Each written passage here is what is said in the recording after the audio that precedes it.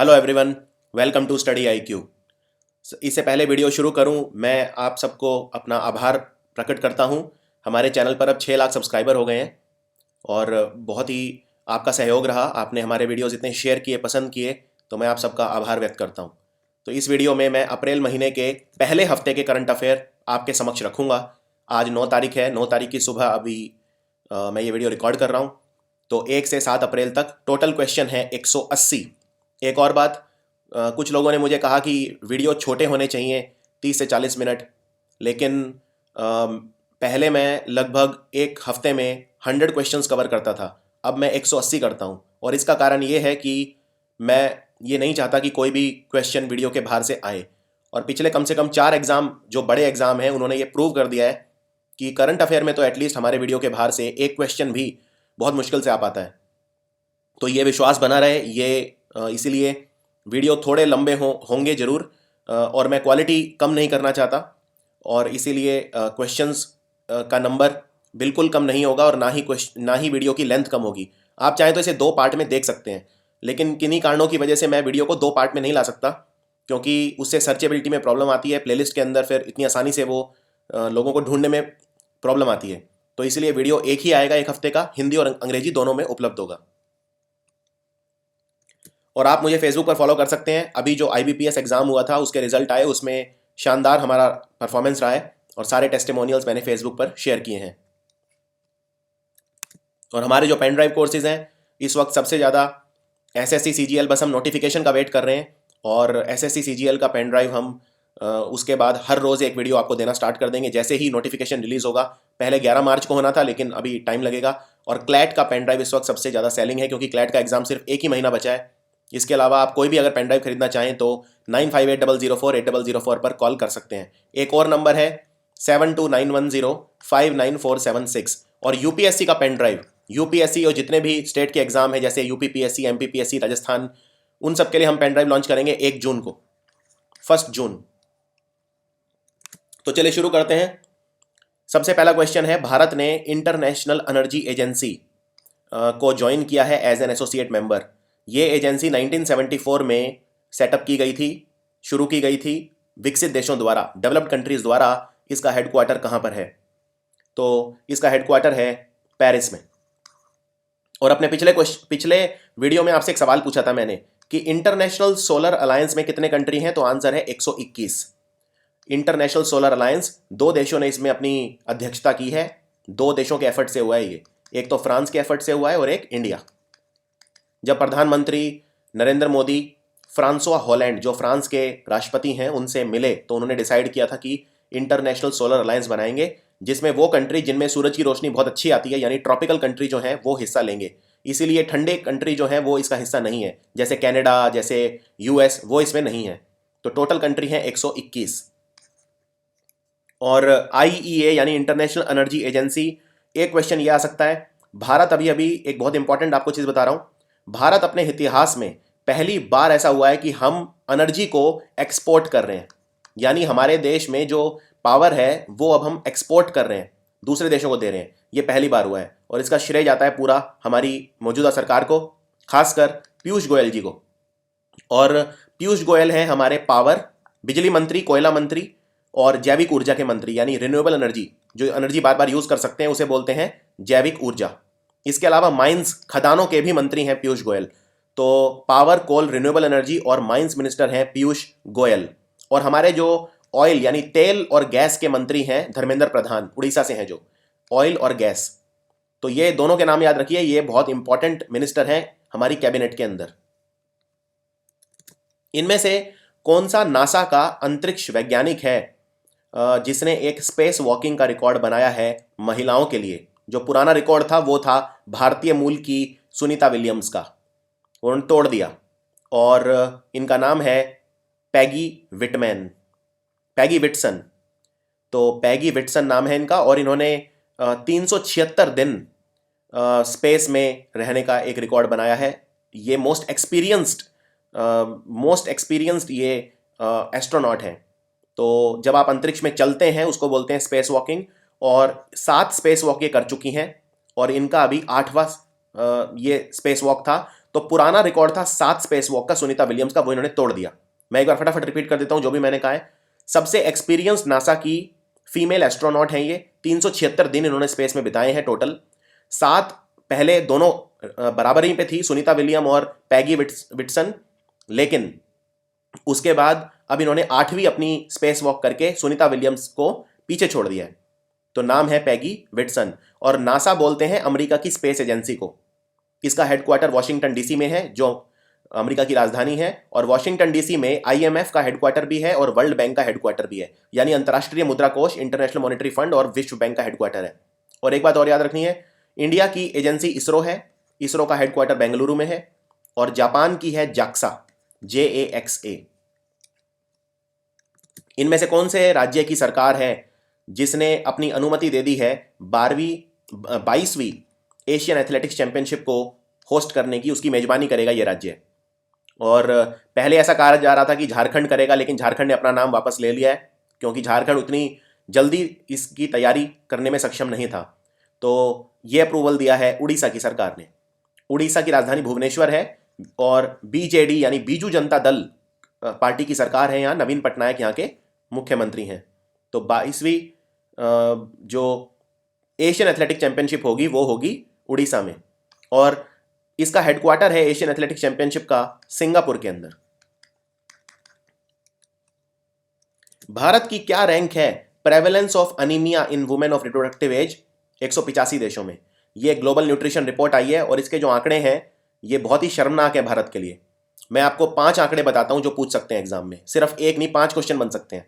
पहले तो ये पूछा है कि जो महिलाएं हैं रिप्रोडक्टिव एज की, यानी वो महिलाएं जो प्रजनन कर सकती हैं, उस एज तक पहुंच गई हैं, जिनमें प्यूबर्टी आ चुका है, उनमें अनीमिया में भारत कौन से नंबर पे है? अनीमिया क्या होता है? जब हमारी बॉडी में हीमोग्लोबिन की कमी हो जाती है उसे अनीमिया बोलते हैं, और महिलाओं में ये काफ़ी कॉमन होता है, क्योंकि महिलाओं में जो मासिक धर्म होता है उसके कारण शरीर से खून निकल जाता है, उसमें आयरन निकल जाता है, तो हीमोग्लोबिन की कमी हो जाती है। तो जो मेंस्ट्रुएशन की वजह से महिलाओं में अनीमिया हो जाता है। भारत में अनीमिया में जो नंबर है भारत का वो 170 है दुनिया में, यानी हम इतनी पीछे हैं। और इतना ही नहीं, चाइल्ड स्टंटिंग में हम कहाँ पे हैं? चाइल्ड स्टंटिंग बोलते हैं जब बच्चे अपनी हाइट से छोटे रह जाते हैं, उसमें हमारी रैंक है 114, 132 देशों में। चाइल्ड वेस्टिंग बोलते हैं, यानी बच्चों में जब मसल नहीं बनते ढंग से खाने की कमी के कारण, तो उसमें हम 130 कंट्री में 120 नंबर पे हैं। एडल्ट ओबेसिटी, यानी वो एडल्ट्स जो ओबीज हो जाते हैं, उनमें हम 190 कंट्री में 18 नंबर पे हैं, और एडल्ट डायबिटीज में हम 190 कंट्री में 104 नंबर पे हैं। तो हम बहुत ही पीछे हैं ऑलमोस्ट सारे पैरामीटर्स के अंदर। तो ये सारे तथ्य याद रखिए। इसके अलावा एक दो चीज़ और पूछ सकते हैं आपसे, और वो ये कि बेस्ट कंट्री कौन सा है इसमें? जो ये पैरामीटर है prevalence of anaemia in women, इसमें सबसे अच्छा कंट्री है यूनाइटेड स्टेट्स ऑफ अमेरिका, और वर्स्ट कंट्री है सेनेगल। यानी सेनेगल में सबसे ज़्यादा महिलाएं हैं वो अनीमिक हो जाती हैं, और यूनाइटेड स्टेट में सबसे कम। इनमें से कौन सा इंटरनेट सर्विस प्रोवाइडर यानी आईएसपी है जो भारत में पहला बना जिसने ब्रॉडबैंड इंटरनेट सर्विस लॉन्च करी है, जिनकी स्पीड 1 गीगाबाइट्स पर सेकंड है? अगर आपको याद हो, इतनी स्पीड पहले गूगल ने लॉन्च करी थी अमेरिका में, कैंसस के अंदर। बहुत ज़्यादा स्पीड होती है इंटरनेट की, 1 Gbps। तो ये भारत में पहला बना लॉन्च करने वाला ACT फाइबरनेट, और इन्होंने अपना सबसे पहले हैदराबाद में स्टार्ट किया है, तेलंगाना की राजधानी हैदराबाद में। और फिर ये अगर अच्छा चला तो फिर ये पूरे कंट्री में लॉन्च करेंगे इसे ये। तो कंपनी का जो हेडक्वार्टर है वो बेंगलुरु में है, और 2000 में बनी थी ये कंपनी, 17 साल हो गए। इस कंपनी के CEO हैं बाला मल्लाडी। इनमें से कौन से राज्य की सरकार है जिन्होंने एक बिल पास किया है जिसमें गाय की हत्या करने वाले को सिवियर पनिशमेंट दिया जाएगा? वहाँ पे जो पनिशमेंट मिलती थी अब वो बहुत और ज़्यादा स्ट्रिक्ट कर दी है। तो पहले यहाँ पे 7 साल की सज़ा मिलती थी अगर कोई गाय का वध करता था या गाय को मार देता था, अब लेकिन उसको उम्र कैद की सज़ा होएगी। तो जो लेटेस्ट वाला जो कानून है उसके हिसाब से सज़ा बढ़ा के अब उम्र कैद कर दी है। ये किया है गुजरात की सरकार ने। गुजरात के मुख्यमंत्री हैं विजय रूपानी, जो भारतीय जनता पार्टी के हैं, विजय रूपानी। इसके लिए इन्होंने गुजरात एनिमल प्रिजर्वेशन एक्ट 1954 उसको अमेंड किया है, उसमें चेंजेस लाए हैं। और इसमें इतना ही नहीं, इसमें 1 लाख रुपए का जुर्माना भी लगेगा, और वो गाड़ी जो आप गाय को एक जगह से दूसरी जगह उसकी इच्छा के विरुद्ध ले जाने के लिए यूज कर रहे थे, वो गाड़ी भी आपकी जब्त हो जाएगी। इनमें से कौन से भारतीय मूल के पूंजीपति हैं, बिलियनियर हैं? बिलियनियर उसको बोलते हैं जिसके पास 6700 करोड़ रुपया होता है। 6700 करोड़, 6700 करोड़ रुपए जिसके पास है वो बिलियनियर है। अगर मैं $1 की वैल्यू 67 रुपीज बोलूं तो, जो आजकल चल रहा है रेट, जिन्हें साउथ अफ्रीका में ब्रिक्स बिजनेस काउंसिल का चेयरमैन बनाया गया है। तो इनका नाम है इकबाल सर्वे। इकबाल सर्वे। इससे पहले ये world economic forum global growth companies advisory board के चेयरमैन भी रह चुके हैं। तो ये इंपॉर्टेंट है। ब्रिक्स के अंदर आप जानते हैं 5 देश आते हैं, ब्राजील, रशिया, इंडिया, चाइना और साउथ अफ्रीका। तो ब्राजील में जो राष्ट्रपति हैं वो हैं मिशेल टमेर। रशिया के राष्ट्रपति आप जानते ही हो, व्लादिमीर पुतिन। रशिया की राजधानी मॉस्को, ब्राजील की ब्राजीलिया। इंडिया में मोदी हैं ही। चाइना में बीजिंग और शी जिनपिंग अभी डोनाल्ड ट्रंप से मिले थे तो न्यूज़ में थे। और साउथ अफ्रीका के हैं जैकब जुमा। साउथ अफ्रीका की 3 राजधानी है, तो ये साउथ अफ्रीका की राजधानी एग्जाम में आपसे कभी नहीं पूछेंगे। 100 MB, ये एक क्रिकेट ऐप लॉन्च हुआ है अभी। 100 MB, ये किस क्रिकेटर के ऊपर आधारित है? MB मतलब होता है मास्टर ब्लास्टर। तो अब आप समझ ही गए होंगे, मास्टर ब्लास्टर यानी कि सचिन तेंदुलकर। और 3 ऐसे खिलाड़ी हुए हैं जिन्हें हम लिटिल मास्टर बोलते थे। आज तक के क्रिकेट के इतिहास में 3 ही खिलाड़ियों को हम लिटिल मास्टर बोलते थे। एक सचिन तेंदुलकर, एक सुनील गावस्कर और एक पाकिस्तान के खिलाड़ी हनीफ मोहम्मद। तो ये 3 खिलाड़ी हैं लिटिल मास्टर जिन्हें कहा जाता था। सचिन तेंदुलकर जी के जीवन पर ये है। और इसमें एक गाना भी है जो सोनू निगम और सचिन तेंदुलकर ने मिलकर गाया है। इस ऐप को बनाया है जेट सिंथेसिस नाम की कंपनी ने। JAT, जेट सिंथेसिस नाम की कंपनी ने। इनमें से कौन से राज्य की सरकार है जिसने सत्ता कमीशन यानी 7th पे कमीशन जो है उसको अनाउंस कर दिया है कि वो लागू हो गया है इस राज्य में, और जो सैलरी वगैरह है वो भी मिलनी स्टार्ट हो गई है 7th पे कमीशन के हिसाब से? ये राज्य है छत्तीसगढ़। छत्तीसगढ़ राज्य के मुख्यमंत्री हैं रमन सिंह। अब आपसे एक सवाल पूछता हूं, कौन सा राज्य था पहला जिसने 7th पे कमीशन को इंप्लीमेंट किया था? हरियाणा। हरियाणा पहला था जिसने 7 पे कमीशन को लागू किया था। एक और चीज इसमें पूछ सकते हैं आपसे, छत्तीसगढ़ में एक चीज अभी अभी और हुई है, और वो ये कि एक अवार्ड शुरू करा है वहां की सरकार ने दौलत राम लादेर जी के नाम पे। दौलत राम लादेर, इन्होंने जो फॉरेस्ट कंजर्वेशन है उसमें काफी काम किया है। तो फॉरेस्ट ऑफिसर थे ये दौलत राम लादेर। इनके नाम पे एक अवार्ड शुरू हुआ है, दौलत राम लादेर अवार्ड, छत्तीसगढ़ के अंदर। कितने तरह की लिथियम आयन बैटरी हैं जो इसरो ने डेवलप करी हैं अभी अभी, जिससे सैटेलाइट और जो लॉन्च व्हीकल ऐप हैं उन्हें पावर किया जाएगा? इसरो ने, इंडियन स्पेस रिसर्च ऑर्गेनाइजेशन, इसके चेयरमैन हैं AS किरण कुमार। और इसरो एक नारी सशक्तिकरण का बहुत अच्छा एग्जाम्पल है। इसरो की बहुत सारी जो सीनियर साइंटिस्ट हैं वो सब महिलाएं हैं। तो लिथियम आयन बैटरी कितनी लॉन्च करी है इसरो ने अभी? 4। और 1.5 AH और 50 AH ये बैटरी होती हैं जो स्पेस एप्लीकेशन में यूज होती हैं। 1.5 AH और 50 AH, और 5 AH और 100 AH हैं जो स्पेस एप्लीकेशन में जो रेडी फॉर इंडक्शन होती हैं वो यूज होती हैं। तो अलग अलग वो हैं 4 तरह की बैटरी। मैं इनकी वैल्यू आपको बता देता हूं, 1.5, 50, 5 और 100। अब आपके लिए आज का पहला सवाल, कमेंट्स में लिख के बताइए AH क्या है? AH क्या है? डॉक्टर NM नंपोथिरी, ये मशहूर लेखक और इतिहासकार, इनका भी अभी निधन हो गया। कौन से राज्य से थे ये? डॉक्टर NM नंपोथिरी, तो ये थे केरल के, और इन्हें साहित्य अकेडमी अवार्ड भी मिला हुआ था। बहुत ही मशहूर, मालाबार रीजन के ऊपर लिखते थे। मालाबार जो पश्चिमी तट, वेस्टर्न घाट का एरिया है, वेस्टर्न कोस्ट। और एक चीज और याद रखिए, साहित्य अकेडमी अवार्ड मिलते हैं 24 भाषाओं के लिए। इनमें 22 भाषाएं तो ऐसी हैं जो हमारे कॉन्स्टिट्यूशन में लिखी हुई हैं, और 2 भाषाएं और हैं जो हैं इंग्लिश और राजस्थानी। इंग्लिश और राजस्थानी के लिए भी मिलते हैं, तो 22 + 2। इनमें से कौन व्यक्ति है जो director of personnel and industrial relations of Coal India था और उसे अभी अभी हटा दिया है? अभी अभी हटा दिया है, पीयूष गोयल ने हटा दिया। पीयूष गोयल हमारे कोयला मंत्री हैं, तो उन्होंने इनको हटा दिया है। ये थे director of personnel and industrial relations of कोल।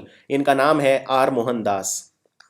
इनकी 2 महीने अभी रिटायरमेंट बची हुई थी, उससे पहले इन्हें हटा दिया, और इनकी जगह S भट्टाचार्य को बनाया है अब थोड़े समय के लिए, जब तक परमानेंट डायरेक्टर कोई नहीं मिल जाता।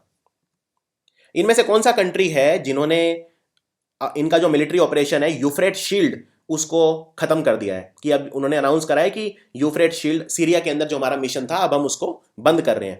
तो ये कंट्री है टर्की। टर्की, और टर्की के हेड ऑफ स्टेट हैं एर्डोगान, ERDOGAN, ये हैं टर्की के प्रेसिडेंट एर्डोगान। और टर्की की राजधानी है अंकारा। टर्की में एक बहुत इंपॉर्टेंट शहर और है इस्तांबुल। तो ये सब तथ्य याद रखिए। और टर्की के प्रेसिडेंट मैंने बता ही दिया एर्डोगान। पूरा नाम अगर पूछें तो रिसेप टैयिप एर्डोगान। इनमें से किस व्यक्ति को CBEC यानी central board of excise and custom का नया चेयरमैन बनाया गया है? Central board of excise and custom.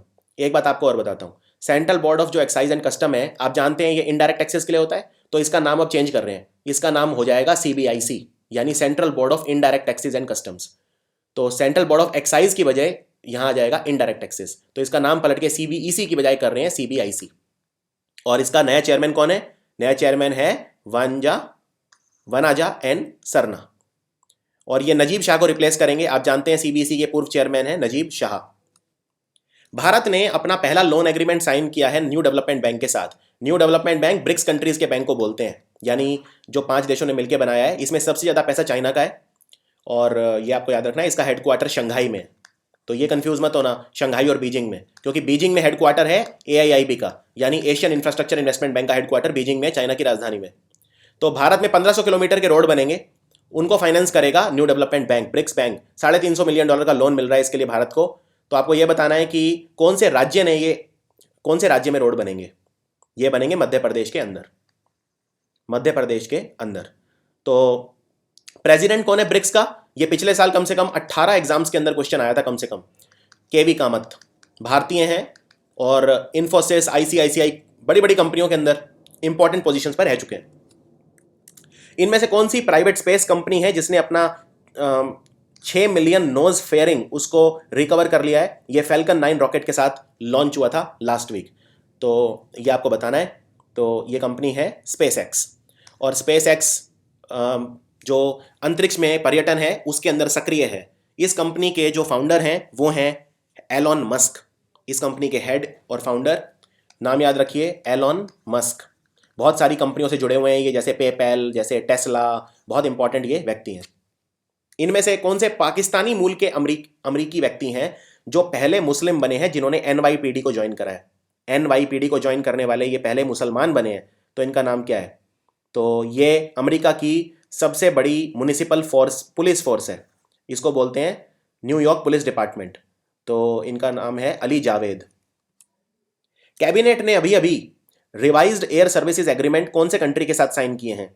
Air services agreement. Air service agreement होता है कि आप दोनों कंट्रीज में जितने मर्जी प्लेन उड़ा सकते हो और बहुत सारी लोकेशन पे उड़ा सकते हो। तो इस तरह के इसमें चीज़ें आती हैं एडवांस एयर सर्विस एग्रीमेंट में। ये साइन करे हैं भारत ने 3 कंट्री के साथ, और वो है मलेशिया, सर्बिया और जॉर्जिया। तो आंसर है A।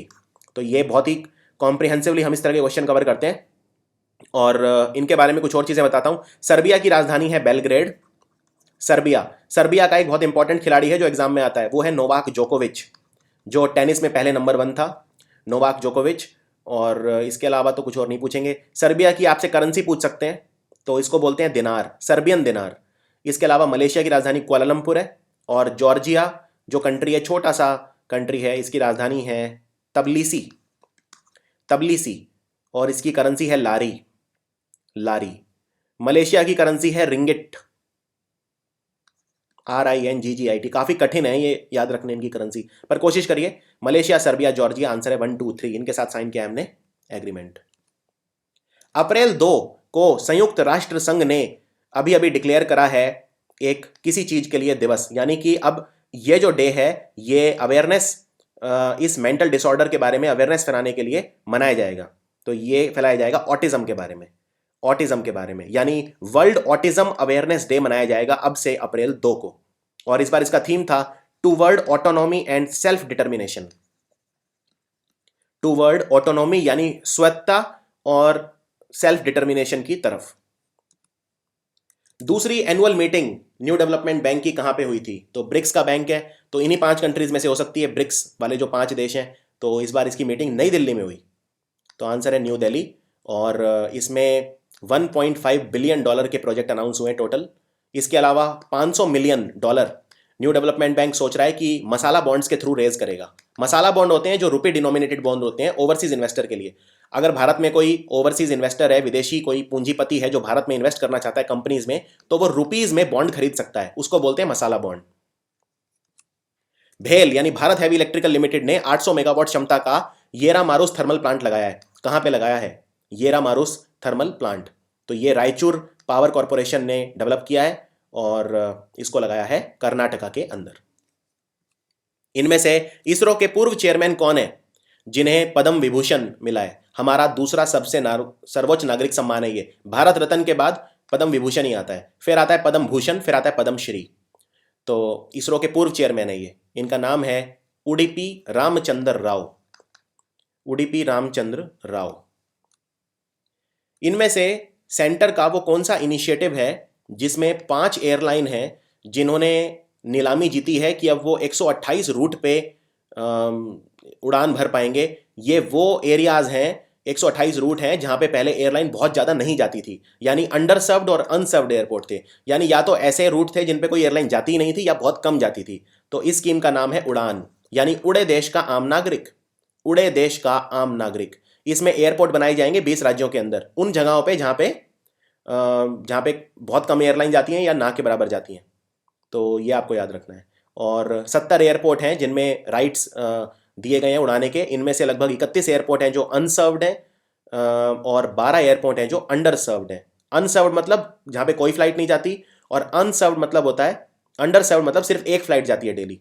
तो इनको बोलते हैं। ये सारे एयरपोर्ट 20 राज्यों में फैले हुए हैं।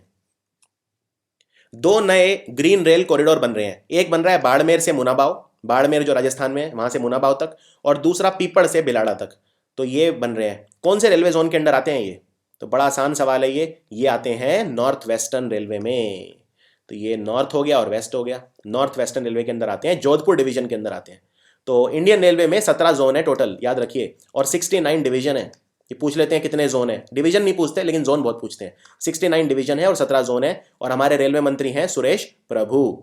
एक बात और, एग्जाम में ये जरूर पूछेंगे कि पहला ग्रीन कॉरिडोर कौन सा बना भारत में? तो वो बना मना मदुरई से रामेश्वरम तक।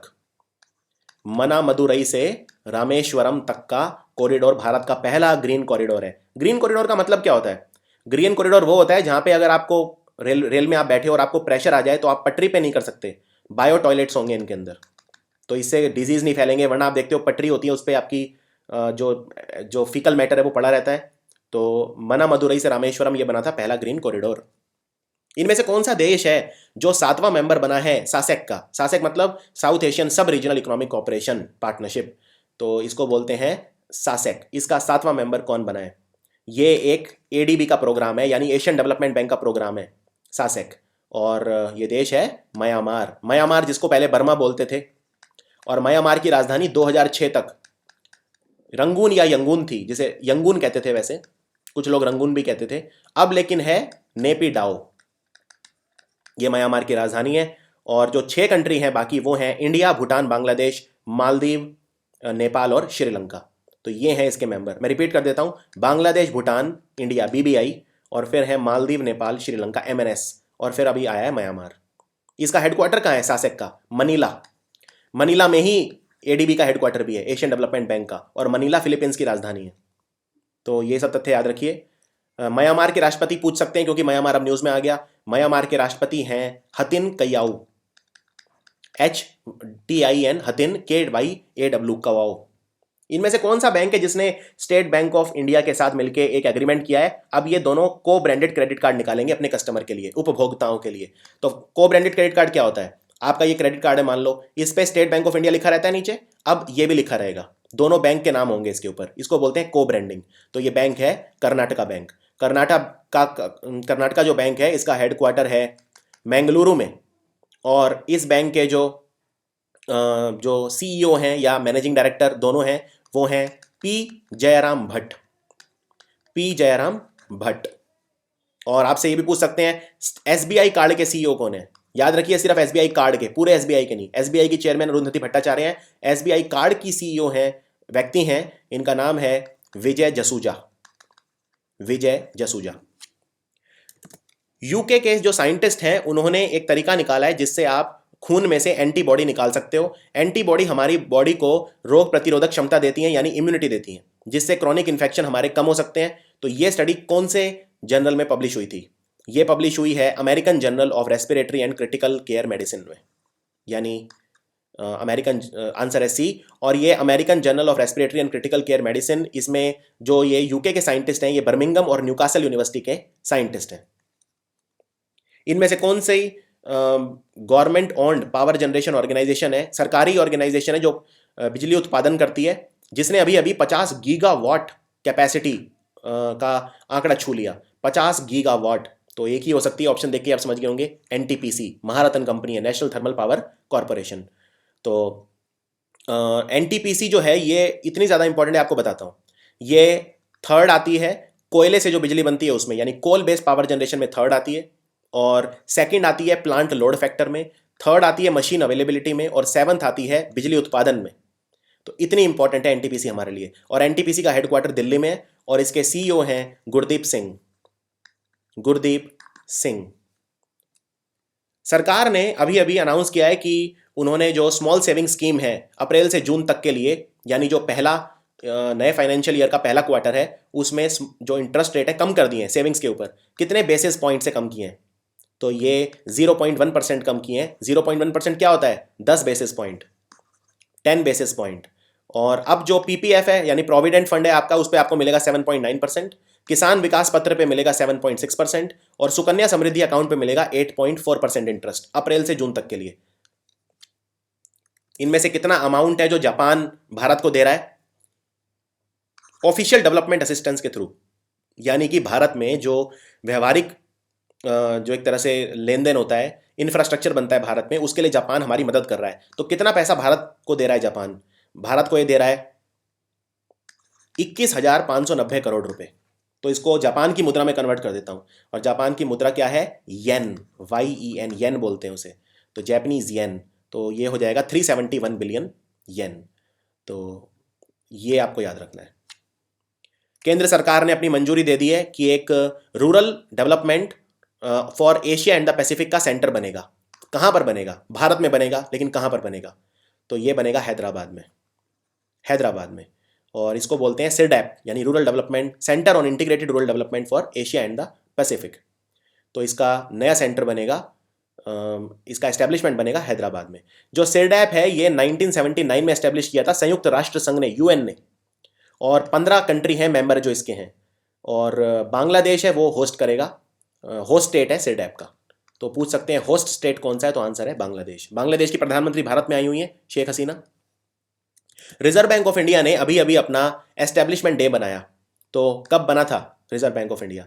रिजर्व बैंक ऑफ इंडिया ने अपना 82वां एस्टेब्लिशमेंट डे बनाया। रिजर्व बैंक ऑफ इंडिया जब बना था तब मुंबई में नहीं था, ये था कोलकाता में। ये बात याद रखिए, कोलकाता से फिर शिफ्ट कर दिया था मुंबई में 1937 के अंदर। और बना कब था रिजर्व बैंक ऑफ इंडिया? 1935 में बना था। और कौन सा कमीशन था जिसने रेकमेंड किया था कि आरबीआई बनाओ? Hilton young commission, Hilton young commission. Reserve bank of India act आया था, आरबीआई एक्ट ऑफ 1934, उसके तहत बना था रिजर्व बैंक ऑफ इंडिया। तो ये सब तथ्य याद रखिए। गवर्नर है Urjit Patel. International centre for foot and mouth disease, ये नया बना है centre, foot and mouth disease. ये हमारे जो पशु हैं उनको अफेक्ट करता है, तो उनके लिए बनाया गया इंटरनेशनल सेंटर। इस पर रिसर्च होंगे यहाँ पे। तो ये कहाँ पे बना है? ये बना है ओडिशा में, ओडिशा में। और हमारे जो कृषि मंत्री हैं राधा मोहन सिंह, उन्होंने अपने हाथों से इसका उद्घाटन किया है। और ये 10वां है वर्ल्ड में। एक बात याद रखिए, उड़ीसा जब बना था तो उसको बोलते हैं उत्कल दिवस। उड़ीसा का जो क्या बोलते हैं, फाउंडेशन डे या एस्टेब्लिशमेंट डे बोल सकते हैं उसे, उत्कल दिवस बोलते हैं। अब आपके लिए आज का दूसरा सवाल, उड़ीसा का उत्कल दिवस कब मनाया जाता है, यानी किस दिन उड़ीसा बना था? बताइए कमेंट्स में लिख के। इनमें से किस व्यक्ति को भारत का एम्बेसडर और परमानेंट रिप्रेजेंटेटिव बना दिया है यूनाइटेड नेशन ऑफिस के लिए जो जेनेवा के अंदर है? तो ये अजीत कुमार को रिप्लेस करेंगे। इनका नाम है राजीव कुमार चंदर, राजीव कुमार चंदर। और United Nations office at Geneva, ये दूसरा सबसे बड़ा ऑफिस है यूएन का, सबसे बड़ा है न्यूयॉर्क का। तो न्यूयॉर्क के बाद अगर पूछे यूनाइटेड नेशंस का सबसे बड़ा ऑफिस कहाँ है, तो आंसर है जेनेवा में।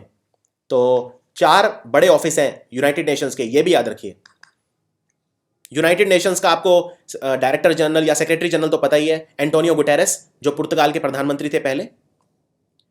जोसिलिने जपको सगेई, ये इन्होंने 3 वर्ल्ड रिकॉर्ड तोड़े हैं अभी अभी प्राग हाफ मैराथन में। प्राग चेक रिपब्लिक, चेक गणराज्य की राजधानी है प्राग, तो वहां पे हुआ था हाफ मैराथन, उसमें 3 वर्ल्ड रिकॉर्ड तोड़ दिए। खिलाड़ी का नाम है जोसेलिन जपको सगेई। तो ये कौन से देश के खिलाड़ी हैं? ये खिलाड़ी हैं, ये महिला हैं वैसे, और ये है केनिया की।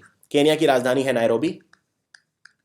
नायरोबी। तो 10 किलोमीटर का रिकॉर्ड तोड़ दिया, 15 किलोमीटर का तोड़ दिया, और एक और तोड़ा है, 3 रिकॉर्ड टोटल तोड़े हैं। इनमें से कौन से राज्य की सरकार है जिसने एक मोबाइल ऐप लॉन्च करी है, और जिस प्रोग्राम के तहत लॉन्च करी है उसका नाम है ई नगर पालिका, यानी जो म्यूनिसिपैलिटी हैं और जो म्यूनिसिपल कॉर्पोरेशन है पूरे राज्य में वो डिजिटल हो गए हैं, इसलिए इसका नाम पड़ गया है इलेक्ट्रॉनिक नगर पालिका। तो ये मोबाइल ऐप है जो इस प्रोग्राम के तहत लॉन्च हुई है, इसको किया है मध्य प्रदेश की सरकार ने। शिवराज सिंह चौहान मुख्यमंत्री हैं यहाँ के, और गवर्नर कौन है? ओम प्रकाश कोहली। ओम प्रकाश कोहली हैं यहाँ के गवर्नर। और पिछले वीडियो में मैंने आपसे एक सवाल पूछा था कि के पॉल कौन से राज्य के गवर्नर हैं, तो उत्तराखंड के गवर्नर हैं, जहां पे नई सरकार बनी है, त्रिवेंद्र सिंह रावत, बीजेपी की सरकार आई है नई। भारत की सबसे लंबी सुरंग, इस पे तो हमने एक वीडियो भी बनाया है। भारत की सबसे लंबी सुरंग चेनानी से निश्रित तक जाएगी, जम्मू कश्मीर में। इसको प्रधानमंत्री ने इनॉग्रेट किया है। तो कौन से डिस्ट्रिक्ट में बनी है ये बनी है जम्मू कश्मीर के उधमपुर में। 2519 करोड़ रुपया लगा है इसमें टोटल, और ये भारत की पहली और विश्व की 6ठी सुरंग है जिसमें ट्रांसवर्स वेंटिलेशन सिस्टम है। ट्रांसवर्स वेंटिलेशन सिस्टम, जिससे हवा की अच्छी निकासी हो सके। पहली बार इसरो ने एक private sector defence equipment company को 2 सैटेलाइट बनाने का कॉन्ट्रैक्ट दिया है भारत के नेविगेशन सिस्टम के लिए। तो कौन सी है ये प्राइवेट कंपनी जिसको इसरो ने ये कॉन्ट्रैक्ट दिया है? 400 करोड़ रुपए का ये कॉन्ट्रैक्ट है, और ये दिया है अल्फा डिजाइन टेक्नोलॉजी को। तो आंसर है alpha design technology. Power tax India, ये स्कीम है जो हमारे यूनियन मिनिस्टर ने लॉन्च करी है। तो कौन से यूनियन मिनिस्टर ने करी है ये पावर टैक्स? टैक्स मतलब होता है टेक्सटाइल यानी कपड़ा। तो कपड़ा मंत्री कौन है? स्मृति ईरानी। स्मृति ईरानी पहले मानव संसाधन विकास मंत्री थी, एचआरडी मिनिस्टर थी, लेकिन फिर प्रकाश जावड़ेकर आ गए थे और स्मृति ईरानी बन गई थी कपड़ा मंत्री। तो इन्होंने एक पावर टैक्स नाम की गाड़ी भी लॉन्च करी है, वैन, और एक इसके अलावा हेल्पलाइन भी लॉन्च करी है, उसका नाम भी है पावर टैक्स। कहां पे लॉन्च किए पूछ सकते हैं? ये लॉन्च करी है भिवंडी में, BHIWANDI। आज का तीसरा सवाल, कौन से राज्य के अंदर है भिवंडी? इनमें से कौन से न्यूजीलैंड के खिलाड़ी हैं जिन्होंने रिटायरमेंट ले लिया अभी अभी? न्यूजीलैंड, जिन्हें कहते हैं ब्लैक कैप्स। न्यूजीलैंड के जो खिलाड़ी हैं उन्हें कीवी भी बोलते हैं, क्योंकि कीवी एक ऐसा पक्षी है जो न्यूजीलैंड में पाया जाता है। तो इनका नाम है ग्रांट एलियट। ग्रांट एलियट ये रिटायर हो गए हैं क्रिकेट से। राष्ट्रपति प्रणब मुखर्जी ने फाइनेंस बिल को अपनी मंजूरी दे दी है। तो जो कैश ट्रांजैक्शन है उस पर कितना कैप लगा दिया गया है? तो और एक और बात, आपको अपना अब अगर टैक्स रिटर्न फाइल करना है तो आधार कार्ड कंपलसरी कर दिया गया है। तो इसको कुछ लोग ये भी कह रहे हैं कि हर चीज़ में आधार आप जोड़ रहे हो तो इससे हमारी जो प्राइवेसी है वो उस पर फर्क पड़ रहा है। और एक और बात, अगर आपको कंपनीज को डोनेशन देना है, कंपनीज अगर डोनेशन देंगी पॉलिटिकल पार्टी को तो सिर्फ इलेक्टोरल ट्रस्ट से देंगी, या तो चेक से देंगी, ड्राफ्ट से देंगी, या इलेक्ट्रॉनिक ट्रांसफर करेंगी। और 7 एपेलेट ट्राइब्यूनल हैं जिनको डिसॉल्व कर दिया गया है। तो फाइनेंस बिल पे हमने एक बहुत अलग स्पेशल वीडियो बनाया, आप उसको देख सकते हैं, हिंदी इंग्लिश दोनों के अंदर है। तो 2 लाख रुपए की कैप रख दी गई है इस बिल के तहत। इनमें से कौन सा शहर है जहां पे भारत का पहला बायोगैस फ्यूल्ड बस ये लॉन्च हुआ है? 1 रुपए फेयर है सिर्फ इसमें, और बायोगैस से चलेगा। यानी बायोगैस में मेन क्या होता है? मीथेन होता है, क्लीन फ्यूल है, कोई रेजिड्यू नहीं छोड़ेगा। तो ये बस चलेगा कोलकाता में। कोलकाता पश्चिम बंगाल की राजधानी है। तृणमूल कांग्रेस, ममता बनर्जी यहाँ की मुख्यमंत्री है। इनमें से किस व्यक्ति को बजाज अलियांज लाइफ इंश्योरेंस का मैनेजिंग डायरेक्टर और CEO बनाया गया है? ये मिस्टर अनुज अग्रवाल को रिप्लेस करेंगे। इनका नाम है तरुण चुग। तरुण चुग। और बजाज अलियांज जो कंपनी है इसका हेडक्वार्टर है पुणे के अंदर। अजय झंकड़। अजय झंकड़ ये मशहूर लेखक और फिल्म मेकर थे, पिक्चरें बनाते थे, तो खासकर मराठी फिल्में बनाते थे। तो इनकी एक बहुत मशहूर मराठी फिल्म कौन सी है? तो इसका नाम है सरकारनामा। सरकारनामा।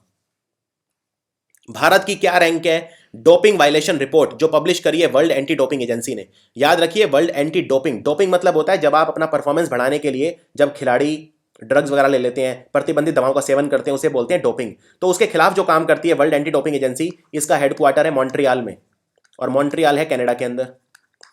तो ये सब याद रखिए। और कनाडा के हेड ऑफ स्टेट आप जानते हैं जस्टिन ट्रूड्यू। तो भारत का रैंक है थर्ड डोपिंग वायलेशन रिपोर्ट के अंदर। थर्ड मतलब बहुत अच्छे नहीं है, यानी हम थर्ड वर्स्ट हैं, यानी हमारे खिलाड़ी बहुत ज़्यादा डोपिंग करते हैं। तो बहुत सारे खिलाड़ी, जैसे हमारे बहुत सारे खेल ऐसे हैं जिनमें खिलाड़ी ड्रग्स ले लेते हैं, जैसे वेट लिफ्टिंग। सबसे ज़्यादा जो न्यूज़ में आता है वो वेट लिफ्टिंग के अंदर आता है, भारोत्तोलन के अंदर। और हमारी ये जो रैंक है ये थर्ड कंजिक्यूटिव ईयर है, यानी तीसरे लगातार साल हम थर्ड हैं। हमारे 117 खिलाड़ी पकड़े गए हैं ड्रग्स लेते हुए टोटल। तो भारत रशिया नंबर 1 है इसमें ड्रग्स लेने में, और दूसरे नंबर पे इटली।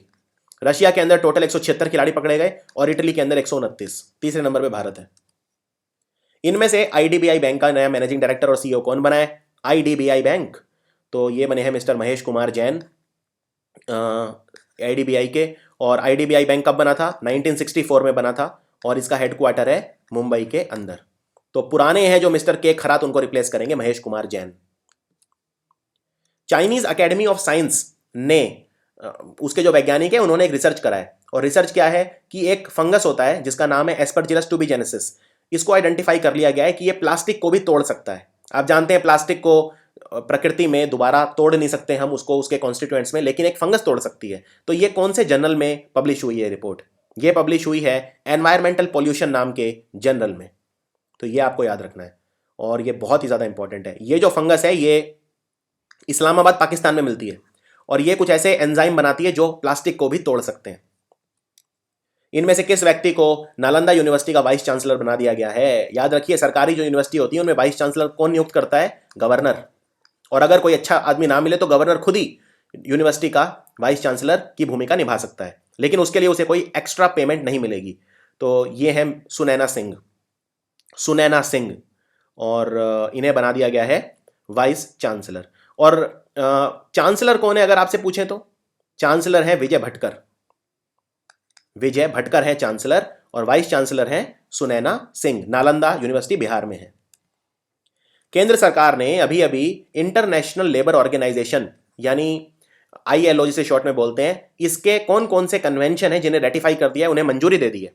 तो ये हैं, एक तो मिनिमम एज वाला कर दिया है, और दूसरा worst form of child labour का कर दिया, यानी 2 और 3 इज द आंसर। इसके बारे में थोड़ा बता देता हूं। इंटरनेशनल लेबर ऑर्गेनाइजेशन में टोटल 187 कंट्रीज हैं जो इसके मेंबर हैं, और भारत टोटल अब तक 45 कन्वेंशन को रेटिफाई कर चुका है, जिनमें से 42 तो लागू भी हो चुके हैं। इसका हेडक्वार्टर है जनेवा में। और भारत जो ILO बना था 1919 में, तो इसके जो फाउंडर मेंबर्स हैं उनमें से भारत है। और मिनिमम एज और worst form of child labour, तो कन्वेंशन नंबर अगर पूछे, मिनिमम एज का कन्वेंशन नंबर है 138, और worst form of child labour का कन्वेंशन नंबर है 182। चाइना ने अनाउंस करा है कि वो इनमें से कौन सा प्रोविंस है जिसे एक स्पेशल इकोनॉमिक जोन बनाएगा, और इसका नाम है हबई। इसमें बहुत हाई लेवल के इनोवेटिव बिजनेस होंगे जो यहाँ पे बनेंगे, और इसका नाम रखा जाएगा जियोनगान न्यू एरिया, और ये बनेगा हबई प्रोविंस के अंदर। Ministry of new renewable energy यानी आधुनिक जैविक ऊर्जा मंत्रालय के हिसाब से भारत ने कितना विंड पावर ऐड करा 2016-2017 में? पहले 4000 मेगावाट का टारगेट था भारत का, और ये भी क्रॉस कर लिया है, यानी कि इससे भी ज़्यादा बिजली बना दी विंड से, हवा से।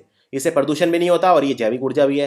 तो टोटल हमने बनाई 5400 मेगावाट, 5400 मेगावाट एनर्जी, और इनमें सबसे ज़्यादा बनाई आंध्र प्रदेश ने, फिर गुजरात ने, फिर कर्नाटक में। आंध्र प्रदेश में तेलुगु देशम पार्टी की सरकार है, यहाँ की राजधानी है अमरावती, और मुख्यमंत्री हैं चंद्रबाबू नायडू। गुजरात में बता चुका हूँ। कर्नाटक में कांग्रेस की सरकार है। तो कांग्रेस की सरकार अब बहुत कम जगह बची है, उनमें से एक है कर्नाटक में है, हिमाचल प्रदेश में है, अभी पंजाब में आ गई है। कर्नाटक में इनके मुख्यमंत्री हैं सिद्धरमैया, पंजाब में है कैप्टन अमरिंदर सिंह, और हिमाचल प्रदेश में है वीरभद्र सिंह। इनमें से कौन सा राज्य है जहां जो अभी अभी बन गया है कैरोसिन फ्री? क्योंकि इसने जो पब्लिक डिस्ट्रीब्यूशन सिस्टम है, जो डिपो वगैरह होते हैं, वहां पे कैरोसिन तेल बेचना बंद कर दिया है। कैरोसिन ऑयल मुक्त हो गया ये राज्य है, और ये है हरियाणा। और अब कैरोसिन नहीं होगा तो गरीब आदमी कैसे काम करेंगे? उसके लिए है ना प्रधानमंत्री की उज्ज्वल योजना, जहां पे अगर गरीब हैं उन्हें LPG सिलेंडर फ्री में मिल रहे हैं, प्रधानमंत्री उज्ज्वल योजना। तो टोटल हरियाणा में 2,72,000 गैस कनेक्शन है जो मार्च 2017 तक फ्री में बांटे जा चुके हैं। इनमें से कौन सा देश है जिसने एक साइबर और इंफॉर्मेशन स्पेस कमांड यानी सीआईआर बनाया है? ये साइबर और इंफॉर्मेशन स्पेस कमांड है, और ये इस देश में जो साइबर अटैक बढ़ रहे हैं इनको शील्ड करेगा, इनको प्रोटेक्ट करेगा। तो ये किया है जर्मनी ने। जर्मनी की राजधानी है बर्लिन। और बहुत कंट्री ऐसे हैं जो साइबर अटैक में बहुत आगे हैं, जैसे रशिया है, इजराइल है। रशिया ने तो कहते हैं पूरा अमेरिका के जो चुनाव हुए उनको ही हैक कर लिया इस बार और डोनाल्ड ट्रंप को जितवाया, लेकिन ऐसा दिख नहीं रहा है अभी, क्योंकि रशिया और अमेरिका के बीच जो रिश्ते हैं इस वक्त बहुत ज़्यादा खराब हो गए हैं सीरिया को लेकर। अभी सीरिया के अंदर सीरिया के जो राष्ट्रपति हैं असाद असाद ने क्या किया, केमिकल वेपन यूज करके वहां के अपने ही लोगों को मरवा दिया जो उनके खिलाफ आवाज उठा रहे थे। इसलिए अमेरिका ने 50 टॉम हॉक मिसाइल छोड़ी और सीरिया को धराशायी कर दिया, बहुत सारे एरियाज को। तो रशिया ने इससे परेशान होकर अपना सबसे ताकतवर जहाज एडमिरल ग्रिग शरोव वो सीरिया में खड़ा कर दिया है कि अब मारो मिसाइल। तो रशिया और अमेरिका के बीच जो रिश्ते हैं बहुत ही ज़्यादा खराब हैं इस वक्त। अमेरिका के जो राष्ट्रपति हैं आप जानते हैं वो हैं डोनाल्ड ट्रंप, और उनकी पार्टी है रिपब्लिकन पार्टी। डोनाल्ड ट्रंप की बेटी का नाम है इवांका ट्रंप और पत्नी का नाम है मेलानिया ट्रंप। ये एग्जाम में काफ़ी आ रहा है। इवांका ट्रंप बेटी है, मेलानिया ट्रंप पत्नी है। इनमें से एक ओमकार मोडगी, इन्होंने एक फिल्म बनाई है जो 2017 कांस फिल्म फेस्टिवल में शॉर्टलिस्ट हो गई है। कांस फिल्म फेस्टिवल फ्रांस का फिल्म फेस्टिवल है, बहुत ही प्रतिष्ठित फिल्म फेस्टिवल है। तो इस फिल्म का नाम है अवैक्ता। अवैक्ता। मॉर्थ ने अनाउंस करा है कि वो 1300 किलोमीटर का नॉर्थ ईस्ट एक्सप्रेसवे प्रोजेक्ट बनेगा, 40,000 करोड़ रुपए की लागत से बनेगा। तो ये आपको बताना है कि ये कौन से राज्य में बनेगा। तो ये हमारा नागरिक परिवहन मंत्रालय है, road transport, ministry of road transport उसको बोलते हैं शॉर्ट में मॉर्थ। तो ये बनेगा असम के अंदर। असम में भारतीय जनता पार्टी की सरकार है, बनवारी लाल पुरोहित है यहाँ के गवर्नर और सर्बानंद सोनोवाल है यहाँ के मुख्यमंत्री। असम की राजधानी है दिसपुर। और इस प्रोग्राम को इन्होंने अनाउंस करा नमामि ब्रह्मपुत्रा प्रोग्राम के अंदर, जब नितिन गडकरी गए थे। नितिन गडकरी हमारे मिनिस्टर है मॉर्थ के, नागरिक परिवहन मंत्री। वर्ल्ड ट्रेड ऑर्गेनाइजेशन ने एक डिस्प्यूट सेटलमेंट पैनल बनाया है जापान की रिक्वेस्ट पे। तो ये एडजुडिकेट करेगा सेफ गार्ड ड्यूटी जो भारत के ऊपर लगाई गई हैं, किस चीज के ऊपर। तो ये लगाई गई हैं आयरन और स्टील के ऊपर। जो हॉट रोल्ड फ्लैट प्रोडक्ट है उनके ऊपर ये ड्यूटी लगाई गई है। और भारत की जो अथॉरिटी है उन्होंने एक आर्ग्यूमेंट वो किया था कि जो ये ड्यूटी लगाई गई है ये WTO नॉर्म्स के विरुद्ध है। तो ये अब ले गए हैं मुद्दा उठा के वर्ल्ड ट्रेड ऑर्गेनाइजेशन ने, और इसको सुलझाने के लिए वर्ल्ड ट्रेड ऑर्गेनाइजेशन ने लॉन्च करा है डिस्प्यूट सेटलमेंट पैनल।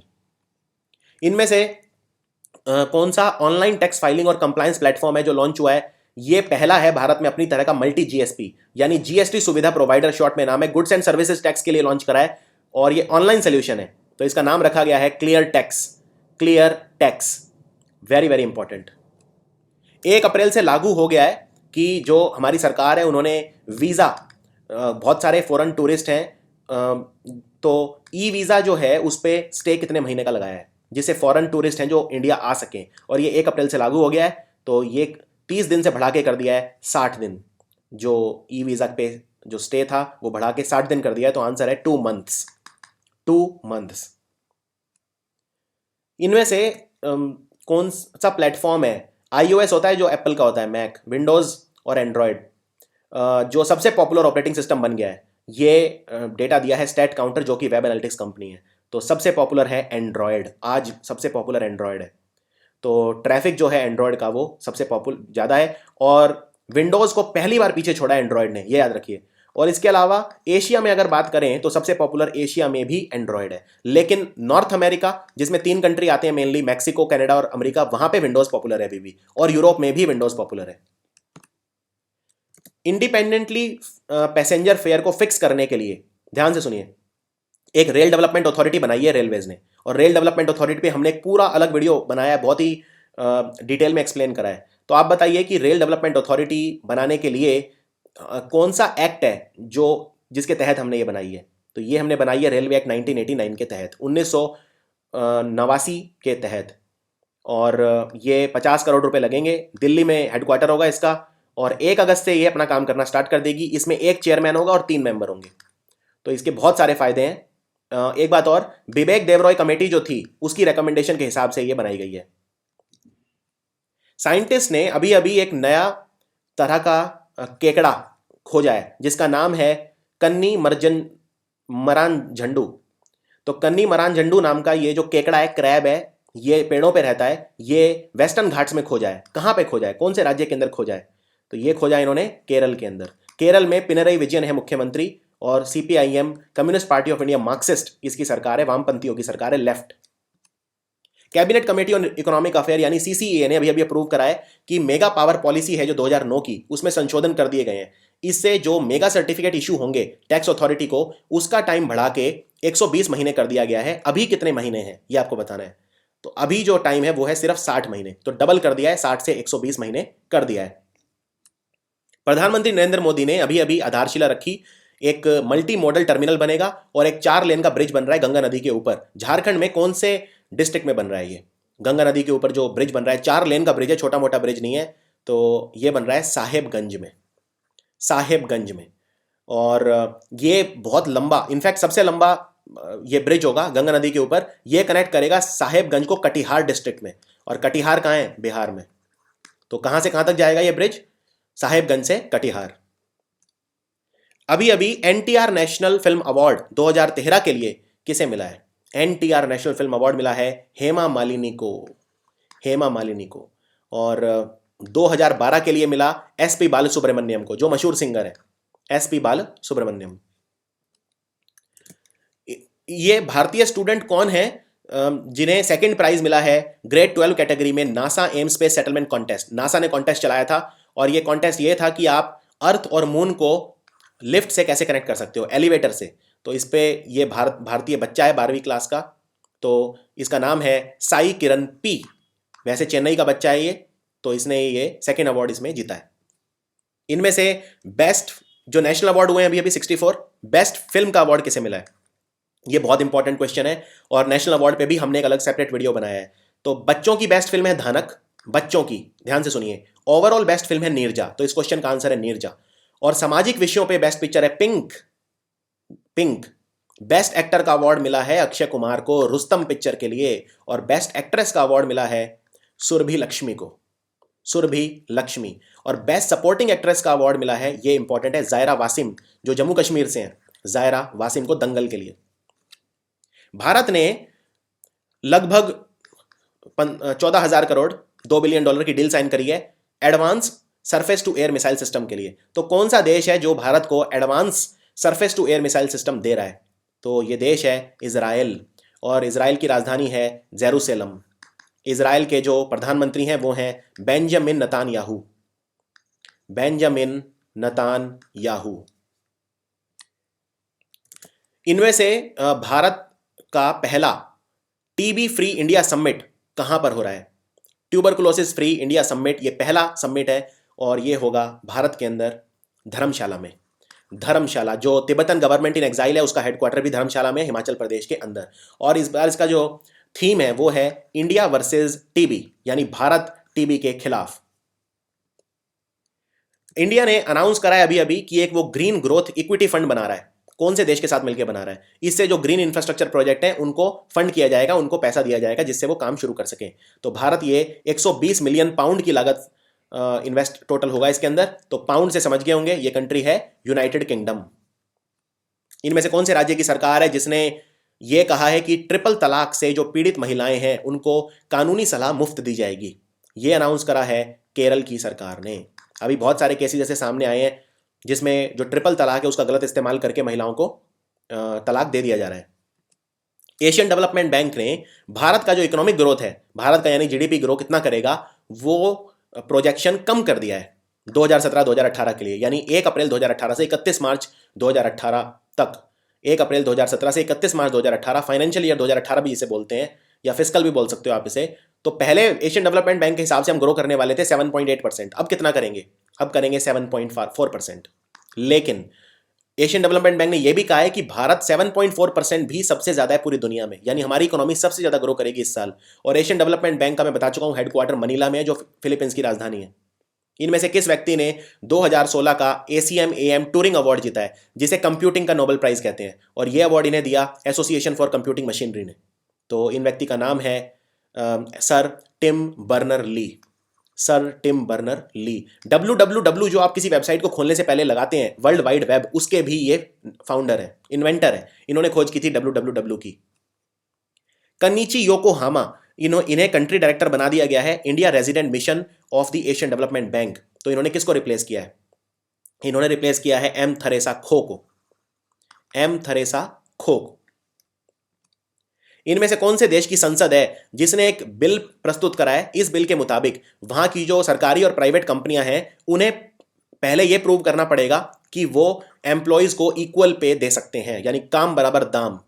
तो ये कंट्री जो है ये है आइसलैंड, और वर्ल्ड इकोनॉमिक फोरम का 2015 का ग्लोबल जेंडर गैप जो इंडेक्स है उसमें ये कंट्री फर्स्ट है, और यहाँ पे 50% महिलाएं हैं पार्लियामेंट के अंदर। तो ये याद रखिए। आइसलैंड की राजधानी है रेकियाविक और करेंसी है क्रोना, KRONA, क्रोना। तो ये कहा है इस बिल ने कि आप इक्वल पे देंगे एम्प्लॉयज को, चाहे मेल हो चाहे फीमेल हो। इनमें से एक किताब लिखी गई है जिसका नाम है Indian railways the weaving of a national tapestry. तो इस किताब को रिलीज करा खुद रेलवे मंत्री सुरेश प्रभु ने। तो इस किताब को लिखा किसने है ये बताइए? तो इस किताब को लिखा है 3 लोगों ने मिलकर, विवेक देवरॉय, संजय चड्ढा और विद्या कृष्ण मूर्ति। तो आंसर है ऑल ऑफ दी अबव। ये हमारी जो भारतीय रेलवे है उसका सफर बताती है 1830 से लेकर 1947 तक का। भारत ने अभी अभी एक रशिया के साथ मिलकर जॉइंट स्टेटमेंट दिया है कि इनमें से कौन सा न्यूक्लियर पावर प्लांट है जिसका फाइनल टेक ओवर अभी होने वाला है। तो ये है कुंडाकुलम न्यूक्लियर पावर प्लांट जो रशिया की मदद से हमने बनाया है, और ये है तमिलनाडु के अंदर। इनमें से यंगेस्ट भारत की महिला कौन बनी है जो MiG-29 लड़ाकू विमान उड़ाएंगी? बहुत ही यंग है, सिर्फ 21 साल की हैं, कश्मीर से हैं लेकिन अभी मुंबई में रहती हैं। इनका नाम है आयशा अजीज, आयशा अजीज। और अभी एक पेंटिंग बनाई गई, गिनीज वर्ल्ड रिकॉर्ड में इसका नाम आया। यह पेंटिंग 15 लाख फिंगर इंप्रेशन से बनाई गई है डॉक्टर्स के। ध्यान से सुनिए, 15 lakh finger impression of doctor, यानी 15 लाख डॉक्टर्स ने अपने फिंगरप्रिंट दिए, उससे ये पेंटिंग बनाई गई है, और ये दुनिया की सबसे बड़ी फिंगरप्रिंट पेंटिंग बन गई है। इस पेंटिंग का नाम क्या है? इस पेंटिंग का नाम है रे ऑफ होप, यानी आशा की किरण। और ये डॉक्टर्स पे जो अटैक हो जाते हैं उसके बारे में जागरूकता फैलाने के लिए बनाई गई है, क्योंकि ऐसा देखा गया है कि अगर पेशेंट ठीक नहीं होता तो पेशेंट के जो रिलेटिव है वो डॉक्टर्स को मारने पीटने लगते हैं। अगला सवाल इंपॉर्टेंट है काफ़ी ज़्यादा। AERA ने, देखिए, अगर आप किसी भारत के मुख्य एयरपोर्ट पे अपना विमान पार्किंग करते हैं, विमान लगाते हैं, उसको लैंड करते हैं और पार्किंग करते हैं, तो उसका पैसा देना पड़ता है। तो अब AERA ने यह कहा है, क्योंकि भारत में उड़ान स्कीम आ गई है, और उड़ान स्कीम जो एयरलाइन वाले हैं उन्हें भी और कस्टमर दोनों को प्रमोट करना चाहती है। तो AERA ने कहा है कि ज़्यादातर जो मेजर एयरपोर्ट ऑपरेटर हैं वो अब इस फ्लाइट के जो चार्जेस देने पड़ते थे खड़े करने के प्लेन को, वो अब नहीं देने पड़ेंगे। तो आपको बताना है AERA की फुल फॉर्म क्या है। AERA को बोलते हैं airport economic regulatory authority, airports economic regulatory authority. इनमें से मैनचेस्टर की जो यूनिवर्सिटी है यूके में, उसके साइंटिस्ट ने कुछ ग्राफीन मेम्ब्रेन डेवलप करी हैं जो कि समुद्र के पानी से जो नमक है वो निकाल सकती हैं, जिससे वो पानी पीने योग्य हो जाए। ये रिसर्च कौन से पब्लिकेशन में पब्लिश हुआ था? ये क्वेश्चन है एनवायरमेंट एंड इकोलॉजी से।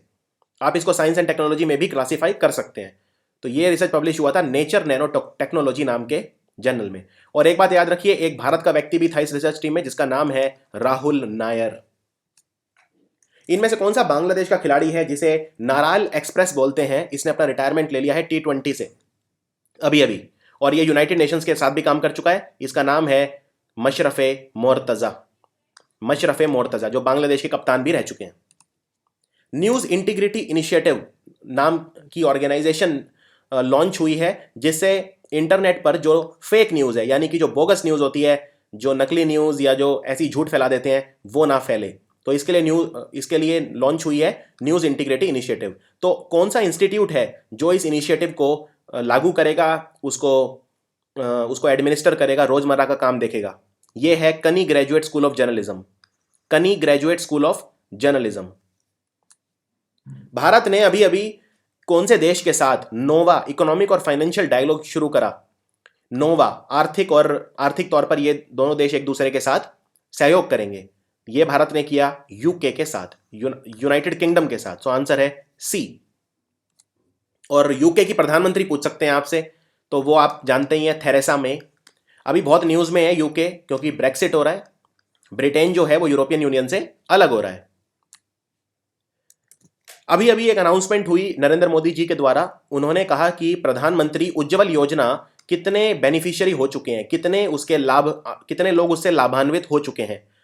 प्रधानमंत्री उज्ज्वल योजना में जो गरीबी रेखा के नीचे लोग हैं उन्हें फ्री में एलपीजी गैस का सिलेंडर दिया जाता है। तो टोटल बेनिफिशियरी हैं इसके 2 करोड़, और 1 साल भी नहीं हुआ है अभी, 2 करोड़ से ज़्यादा लोग इसको बेनिफिट उठा चुके हैं। और प्रधानमंत्री मोदी जी ने एक बात और कही अभी कि जो जटायु था, जो रामायण के अंदर जब सीता माता को ले जा रहे थे रावण, तो जटायु ने उन्हें बचाने के लिए अटैक किया। ये एक वल्चर था जटायु। तो ये पहला पक्षी या पहला एक लिविंग बीइंग था जिसने एंटी टेररिज्म किया, यानी टेररिज्म के खिलाफ सबसे पहले आवाज उठाई जटायु ने। तो ये पूछ सकते हैं कि कौन सा या किस जीव को मेंशन किया, तो आंसर है जटायु। हरियाणा राज्य की सरकार ने अभी अभी अनाउंस किया है कि वो 21,000 रुपया अगर आपकी तीसरी बेटी पैदा होती है तो उसे देंगे। ये इसलिए किया गया है जिससे लोग अपनी बच्चियों को ना मारें। तो ये कौन सी स्कीम के अंडर आता है?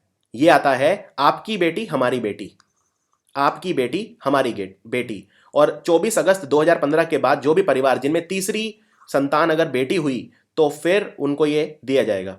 और ये एससी और बीपीएल कैटेगरी को दिया जाएगा, सबको नहीं दिया जाएगा। शेड्यूल कास्ट और बीपीएल कैटेगरी। हरियाणा में जो गर्ल्स की जो संख्या है पर 1000 बॉयज, हरियाणा में 950 को क्रॉस कर चुकी है अब। इनमें से कौन से देश के वैज्ञानिक हैं जिन्होंने एक साई-फाई आउटडोर लेबोरेटरी डेवलप करी है यह पता करने के लिए कि हवा में जो कार्बन डाइऑक्साइड गैस है तो उस पे अगर वो बढ़ती है तो उससे हमारे जो जंगल हैं उन पे क्या फर्क पड़ता है और क्या फर्क पड़ेगा 2050 तक। तो ये कौन से देश के वैज्ञानिकों ने साई-फाई आउटडोर लेबोरेटरी बनाई है? ये बनाई है यूनाइटेड किंगडम के वैज्ञानिकों ने। इनमें से किस व्यक्ति को आईबीबीआई यानी इंसॉल्वेंसी और बैंक्रप्सी बोर्ड ऑफ इंडिया का होल टाइम मेंबर नियुक्त किया गया है हमारी केंद्र सरकार द्वारा? इनका नाम है नवरंग सैनी, नवरंग सैनी। और आईबीबीआई यानी insolvency and bankruptcy board of India बना था 1 अक्टूबर 2016 को, और इसका हेडक्वार्टर है नई दिल्ली में। अभी अभी एक अंतरिक्ष में धमाका हुआ।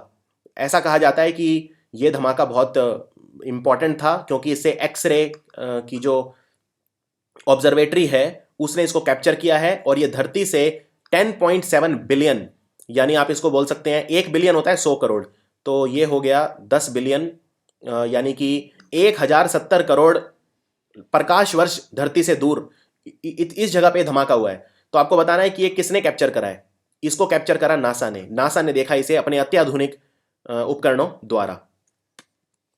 इनमें से कौन सा टेनिस का जोड़ा है जिसने लियोन चैलेंजर टूर टेनिस प्रतियोगिता जीत ली है, जो लियोन में हुई थी मैक्सिको के अंदर? तो ये जीता है भारत के 2 खिलाड़ियों ने। एक तो हैं लिएंडर पेस और दूसरे हैं आदिल शमशडिन। तो ये एक बहुत इंपॉर्टेंट है। और एक चीज आपको बताता हूं, आप हैरान रह जाएंगे। लिएंडर पेस ने 1996 में जब अटलांटा ओलंपिक्स हुए थे तो उसमें ब्रॉन्ज जीता था, और लिएंडर पेस पिछले 26 सालों से टेनिस खेल रहे हैं भारत के लिए, और हर साल कम से कम एक खिताब जरूर जीता है। तो लिएंडर पेस को हमारी तरफ से सलाम। International day for mine awareness and assistance in mine action was observed on which day? जो अंतर्राष्ट्रीय दिवस मनाया जाता है हमारी खदानों के बारे में जागरूकता फैलाने के लिए, क्योंकि खदानों में जो वर्कर काम करते हैं वो बहुत डिफिकल्ट उसका काम होता है। जनरल असेंबली ने, यूनाइटेड नेशन जनरल असेंबली ने ये 2005 में शुरू किया था। इसका अनाउंस किया था कि 8 दिसंबर 2005 को अनाउंस किया था कि हम हर साल मनाया करेंगे international day for mine awareness and assistance. तो ये मनाया जाता है हर साल 4 अप्रैल को। और इस बार इसका थीम क्या था? Needs driven people centred. People centred needs driven. इनमें से FIFA committee for fair play and social responsibility, यानी सामाजिक जो रेस्पॉन्सिबिलिटी है आपकी और फेयर प्ले, यानी आपको खेल में कोई चीटिंग नहीं करनी चाहिए, उसके लिए जो फीफा की कमेटी है उसके पूर्व मेंबर कौन है जिन्हें लाइफ टाइम के लिए बैन कर दिया है फीफा ने? तो इनका नाम है ब्रायन जिमेनेज।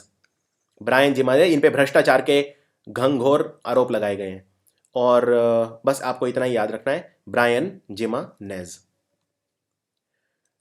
आरबीआई जो हमारा केंद्रीय बैंक है, central bank of India, reserve bank of India, उसका जो बोर्ड है उसने एक प्रपोजल क्लियर कर दिया है, और ये है कि कौन से रुपए का नोट भारत में अब शुरू हो जाएगा।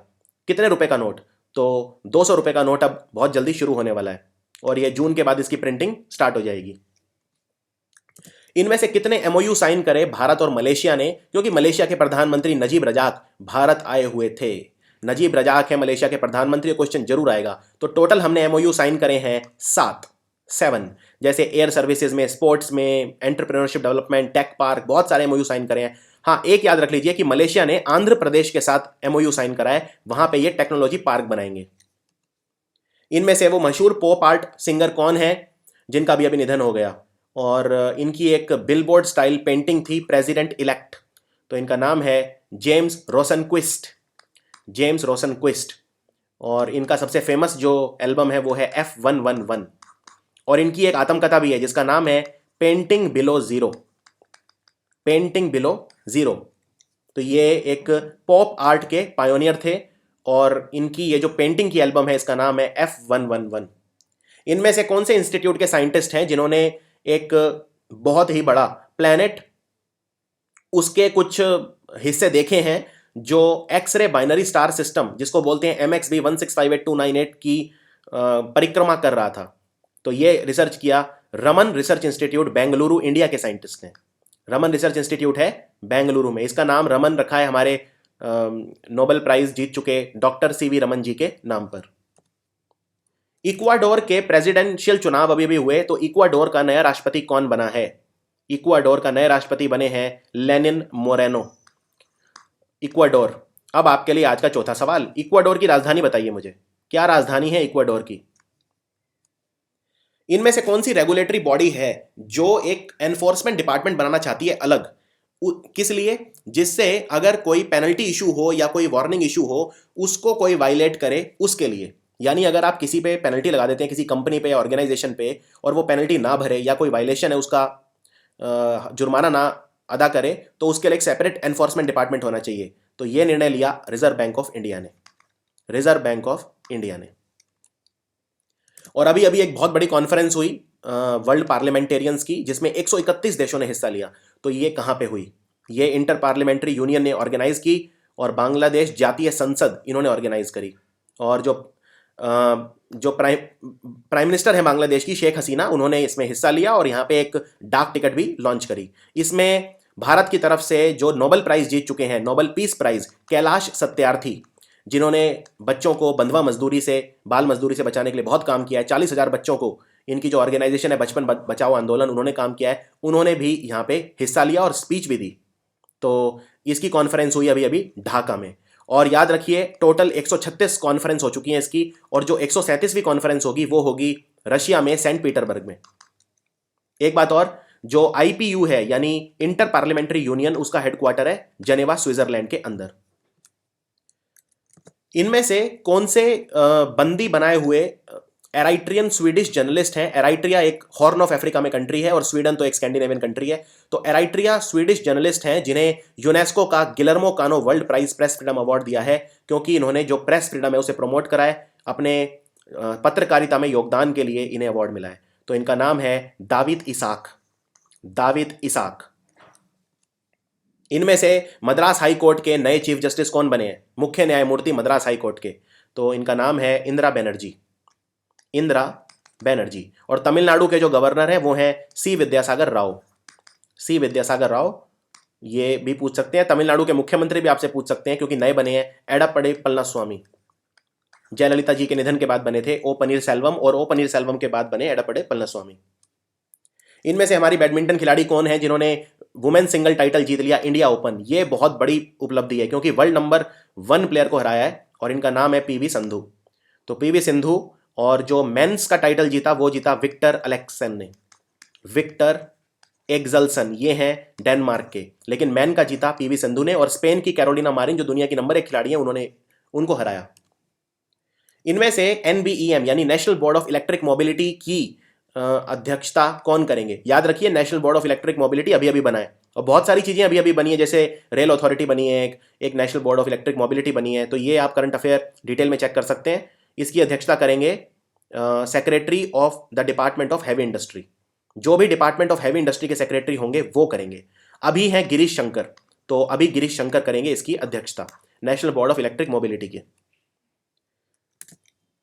जो हिंदू देवी हैं जिनका नाम है बुधी ठकुरानी, बरहमपुर ठकुरानी यात्रा हुई, तो आपको बताना है कहाँ पे ये हुई, कहाँ पे होती है ये बरहमपुर ठकुरानी यात्रा, ये होती है उड़ीसा के अंदर। 1 महीने चलता है ये फेस्टिवल पूरा।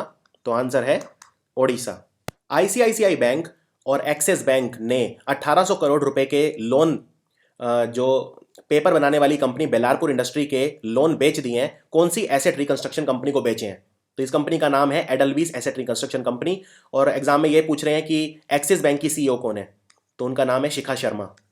आजकल ये सवाल तो पूछते ही नहीं कि आईसीआईसीआई बैंक की सीईओ कौन है, वो सबको पता है, चंदा कोचर। इसी तरह एसबीआई की अरुंधति भट्टाचार्य। आजकल थोड़े से जो दूसरे बैंक हैं जैसे एक्सिस बैंक या एचडीएफसी, तो इनके पूछे जा रहे हैं। तो एक्सिस बैंक की सीईओ है शिखा शर्मा। और एक्सिस बैंक और आईसीआईसीआई बैंक दोनों का हेडक्वार्टर मुंबई में। डिफेंस एक्विजिशन काउंसिल ने अप्रूव कर दिया है अभी अभी कि भारतीय नेवी कितने रुपए के हथियार खरीदेगी। तो वो अप्रूवल मिल गया है डिफेंस एक्विजिशन काउंसिल का। टोटल हथियार खरीदे जाएंगे 860 करोड़ रुपए के। और इसमें हम बहुत ही ताकतवर बरक मिसाइल भी खरीदेंगे। बरक मिसाइल हम खरीदेंगे इजराइल से। बहुत ताकतवर मिसाइल है, इजराइल और भारत मिलकर बना रहे हैं बरक मिसाइल, जैसे बरक 8 इत्यादि। गुजरात की पहली वुमेन आईपीएस ऑफिसर कौन बनी है? First women IPS officer Gujarat की, तो इनका नाम है गीता जौहरी। गीता जौहरी। गिलबर्ट बेकर, इनका भी अभी निधन हो गया। तो ये किस चीज के अधिकारों के लिए लड़ते रहे पूरी जिंदगी? ये लड़ते रहे एलजीबीटी कम्युनिटी के अधिकारों के लिए, जो गेज, लेस्बियन, ट्रांसजेंडर वगैरह है उनके अधिकारों के लिए ये लड़ते रहे। और एक बात याद रखिए, जो रेनबो फ्लैग होता है यानी इंद्रधनुषी झंडा जो एलजीबीटी कम्युनिटी के लिए यूज होता है, वो इन्होंने ही बनाया था, गिलबर्ट बेकर ने। इसके अलावा ये पहले एलजीबीटी कम्युनिटी के गे थे, समलैंगिक थे, जो अमेरिका में जिन्होंने पब्लिक ऑफिस होल्ड किया था, किसी सरकारी पद पर ये चुने गए थे। इनमें से कौन सी कंपनी ने 165 dormitory block Tata memorial centre को अलॉट किए हैं फ्री ऑफ कॉस्ट, जिससे जो कैंसर पेशेंट हैं वो अपना इलाज करवा सकें। जो चिल्ड्रन, बच्चे जिनको कैंसर हो जाता है, अगर उनके पास पैसा नहीं है तो वो इन ब्लॉक से अपना इलाज करवा सकते हैं। तो 165 डॉर्मेटरी ब्लॉक्स कौन से कंपनी ने दिए हैं? डॉर्मेटरी होता है, रहने का कमरा होता है एक, तो अगर बच्चे अफोर्ड नहीं कर सकते तो इन डॉर्मेटरी ब्लॉक्स को यूज कर सकते हैं। ये इनका कॉर्पोरेट सोशल रिस्पॉन्सिबिलिटी एक्टिविटी, एक तरह से डोनेशन है। तो ये किया है मुंबई पोर्ट ट्रस्ट ने। दारकस हो, ये एक लेखक हैं और ब्रॉडकास्टर हैं और एक सिविल राइट्स यानी मानवाधिकारों का जो एक्टिविस्ट हैं। इनका भी अभी निधन हो गया। तो कहाँ के हैं ये दारकस हो? दारकस हो हैं त्रिनिदाद और टोबैगो के, जो वेस्ट इंडीज के अंडर आता है। Trinidad and Tobago. Trinidad and Tobago की राजधानी है port of Spain. Port of Spain. केंद्र सरकार ने अभी अभी मंजूरी दे दी अपना 1320 मेगावाट क्षमता का कोयले से चलने वाला super critical Khurja thermal power plant जो है वो सेटअप होगा। तो उसकी लागत होगी लगभग 9,748 करोड़ रुपए। कहां पर लगाया जाएगा? Khurja thermal power project. ये लगेगा उत्तर प्रदेश में, बुलंदशहर के अंदर। उत्तर प्रदेश में बुलंदशहर डिस्ट्रिक्ट के अंदर। इनमें से कौन सा स्टॉक एक्सचेंज है जिसने ट्रांजैक्शन फी चार्ज करनी स्टार्ट कर दी है पर ट्रेड बेसिस पे? तो ये है बॉम्बे स्टॉक एक्सचेंज। और बॉम्बे स्टॉक एक्सचेंज पूरे एशिया का सबसे पुराना स्टॉक एक्सचेंज है। इनमें से कौन सा बैंक है जिसने अभी अभी अनाउंस करा है कि वो अपना जो रिटेल इंटरनेट बैंकिंग है उसको डिजी लॉकर के साथ इंटीग्रेट कर रहा है और यह service free of cost provide की जाएगी? यह बैंक है आईसीआईसीआई बैंक, जो भारत का सबसे बड़ा प्राइवेट बैंक है। इनमें से कौन सा शहर है जहां पे 52वां अध्याय हुआ, 5 दिवसीय एनुअल मीटिंग हुई अफ्रीकन डेवलपमेंट बैंक की? African development bank. और 1982 में भारत ने ज्वाइन किया था अफ्रीकन डेवलपमेंट बैंक, तो भारत भी इसका मेंबर है। और ये मीटिंग हुई अहमदाबाद में, गुजरात में। और याद रखिए हेडक्वार्टर है अफ्रीकन डेवलपमेंट बैंक का अबिदजान में। अबिदजान आइवरी कोस्ट का एक शहर है, अबिदजान। पहली बार इनमें से कौन सा इंस्टीट्यूट है जिसने एक अथॉरिटी बन गया है कि अब वो व्हीकल इंजन के सर्टिफिकेट इशू कर सकता है उनके एमिशन स्टैंडर्ड के लिए? और ये क्वेश्चन इंपॉर्टेंट इसलिए हो जाता है क्योंकि भारत एमिशन जो 3 है स्टैंडर्ड, स्टेज 3 वाला, वो अब बैन कर दिया सुप्रीम कोर्ट ने गाड़ियां। तो वो गाड़ियां अब नहीं बिकेंगी। तो अब हम भारत एमिशन स्टैंडर्ड 4 वाली गाड़ियां चलाएंगे। और फिर 5th की बात चल रही है अभी, हालांकि 5th अभी उस पर कोई ज़्यादा प्रोग्रेस नहीं हुई है। तो आप ये जो सर्टिफिकेट इशू करेगा ये करेगा central institute of road transport. तो आंसर है C, central institute of road transport, जो है पुणे के अंदर। पृथिका याशिनी, ये भारत की पहली ट्रांसजेंडर पुलिस ऑफिसर बन गई हैं। कौन से राज्य के अंदर ये हुआ? तो ये सब इंस्पेक्टर लगी है धर्मपुर डिस्ट्रिक्ट में। धर्मपुरी डिस्ट्रिक्ट है तमिलनाडु के अंदर। सो आंसर है तमिलनाडु। और ट्रांसजेंडर होता है जो जैसे मेल है तो वो फीमेल बन जाता है, या फीमेल मेल, यानी कि विपरीत लिंग व्यवहार उत्सुक, मतलब जो मेल है लेकिन वो बिहेवियर फीमेल की तरह करना चाहता है, उसको बोलते हैं ट्रांसजेंडर। हमारी जो केंद्र सरकार है उसने एक मीटिंग करी जिसकी अध्यक्षता करी प्रधानमंत्री नरेंद्र मोदी ने। तो इसमें कौन सी ऐसी स्कीम है जो 2012 में स्टार्ट हुई थी, अब उसको बंद कर रहे हैं, कौन सी स्कीम है? और ये जो स्कीम है ये जो भारत के वर्कर जो विदेश में काम करते हैं उनकी सोशल सिक्योरिटी के लिए थी। तो इस स्कीम का नाम है महात्मा गांधी प्रवासी सुरक्षा योजना। महात्मा गांधी प्रवासी सुरक्षा योजना, अब इसको किया जा रहा है बंद। तो ये आपको याद रखना है। नोबेल प्राइज जीत चुकी मलाला यूसुफजई पाकिस्तान की हैं ये। तो ये कौन से देश की संसद को इनमें स्पीच दी, और ऐसा करने वाली ये सबसे यंग पर्सन बन गई हैं। तो इन्होंने कौन से देश की पार्लियामेंट संसद में स्पीच दी अभी अभी? ये इन्होंने दी है कनाडा को। और कनाडा की ये ऑनररी सिटीजन भी अब बन गई हैं। इन्हें ऑलरेडी कनाडा की नागरिकता अवार्ड की जा चुकी है 2014 के अंदर। अभी अभी एक कॉन्फ्रेंस हुई जिसको बोलते हैं कॉन्फ्रेंस ऑन कम्युनिकेटिंग इंडिया। इसे ऑर्गेनाइज करा विवेकानंद इंटरनेशनल फाउंडेशन ने। कहां पर ये कॉन्फ्रेंस हुई?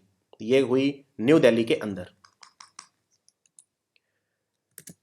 World ranking travel and tourism sector की भारत की क्या है, यानी total contribution of the countries GDP के टर्म्स में, ये रिपोर्ट दी है world travel and tourism council ने। कहने का मतलब भारत का जो टोटल जीडीपी है उसका कितना हिस्सा टूरिज्म यानी पर्यटन विभाग कंट्रीब्यूट करता है, ये रैंकिंग कंट्रीज की निकाली गई कि किसी भी कंट्री का जीडीपी का कितना कंट्रीब्यूशन टूरिज्म से आता है। तो इसमें भारत की रैंक है सेवंथ। और WTTC ने यह भी कहा है कि भारत का 6.7% ग्रोथ करेगा टूरिज्म सेक्टर 2017 के अंदर। और world travel and tourism council का हेडक्वार्टर है लंदन के अंदर।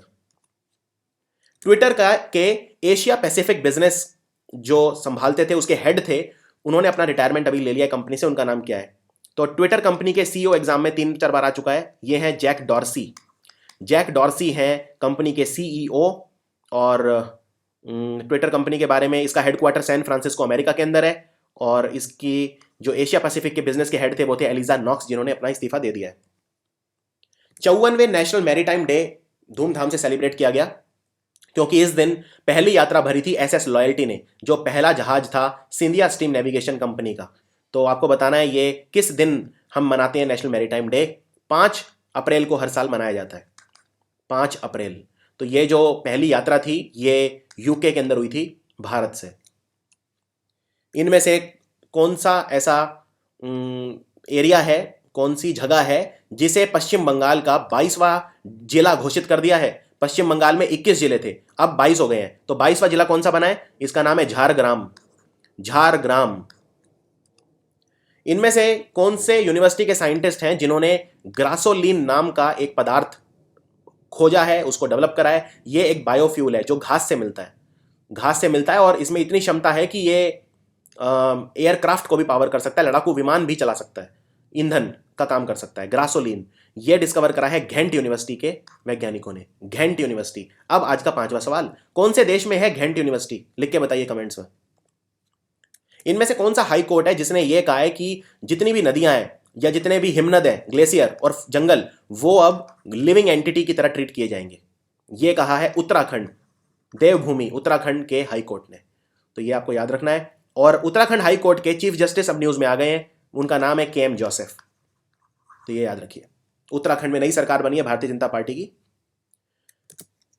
जो बच्चे हैं वो अपने बूढ़े माँ बाप को कितना पैसा देंगे, ये मंथली सीलिंग अनाउंस करी है maintenance and welfare of parents and senior citizen act. तो ये अब सरकार रिमूव कर रही है ये जो मंथली सीलिंग है वो। तो ये मंथली सीलिंग है 10,000 रुपए की, 10,000 रुपए की। और ये नया रूल है कि मेंटेनेंस जो अमाउंट है वो सीनियर सिटीजन ट्राइब्यूनल डिसाइड करेगा, क्योंकि जो सीनियर सिटीजन है वो अपने बच्चों पर निर्भर रहते हैं। और हमारे जो मिनिस्टर हैं सोशल जस्टिस और एम्पावरमेंट यानी सामाजिक न्याय और सशक्तिकरण के, वो हैं थव्वर चंद गहलोत। भारत के जो CAG हैं यानी controller and auditor general of India, Shashikant Sharma, वो इनमें से किस चीज को ऑडिट करेंगे? ये बहुत बड़ा सम्मान है भारत के लिए। तो वो ऑडिट करेंगे UN सेक्रेटेरिएट को। और आप ये बताइए कि इनमें से किसे RBI ने अपना एग्जीक्यूटिव डायरेक्टर अपॉइंट किया है? ये BP कनुंगो को रिप्लेस करेंगे, जो अब डेप्यूटी गवर्नर बन गए हैं RBI के। तो BP कनुंगो बन गए डेप्यूटी डायरेक्टर, तो एग्जीक्यूटिव डायरेक्टर की पोस्ट खाली हो गई। तो नए एग्जीक्यूटिव डायरेक्टर बने हैं अब मालविका सिन्हा। इनमें से कौन से साहित्य में नोबेल प्राइज जीत चुके हुए व्यक्ति हैं जिन्हें अमेरिका ने सम्मान दिया है? और यह सम्मान है American academy of arts and science Emerson Thoreau medal.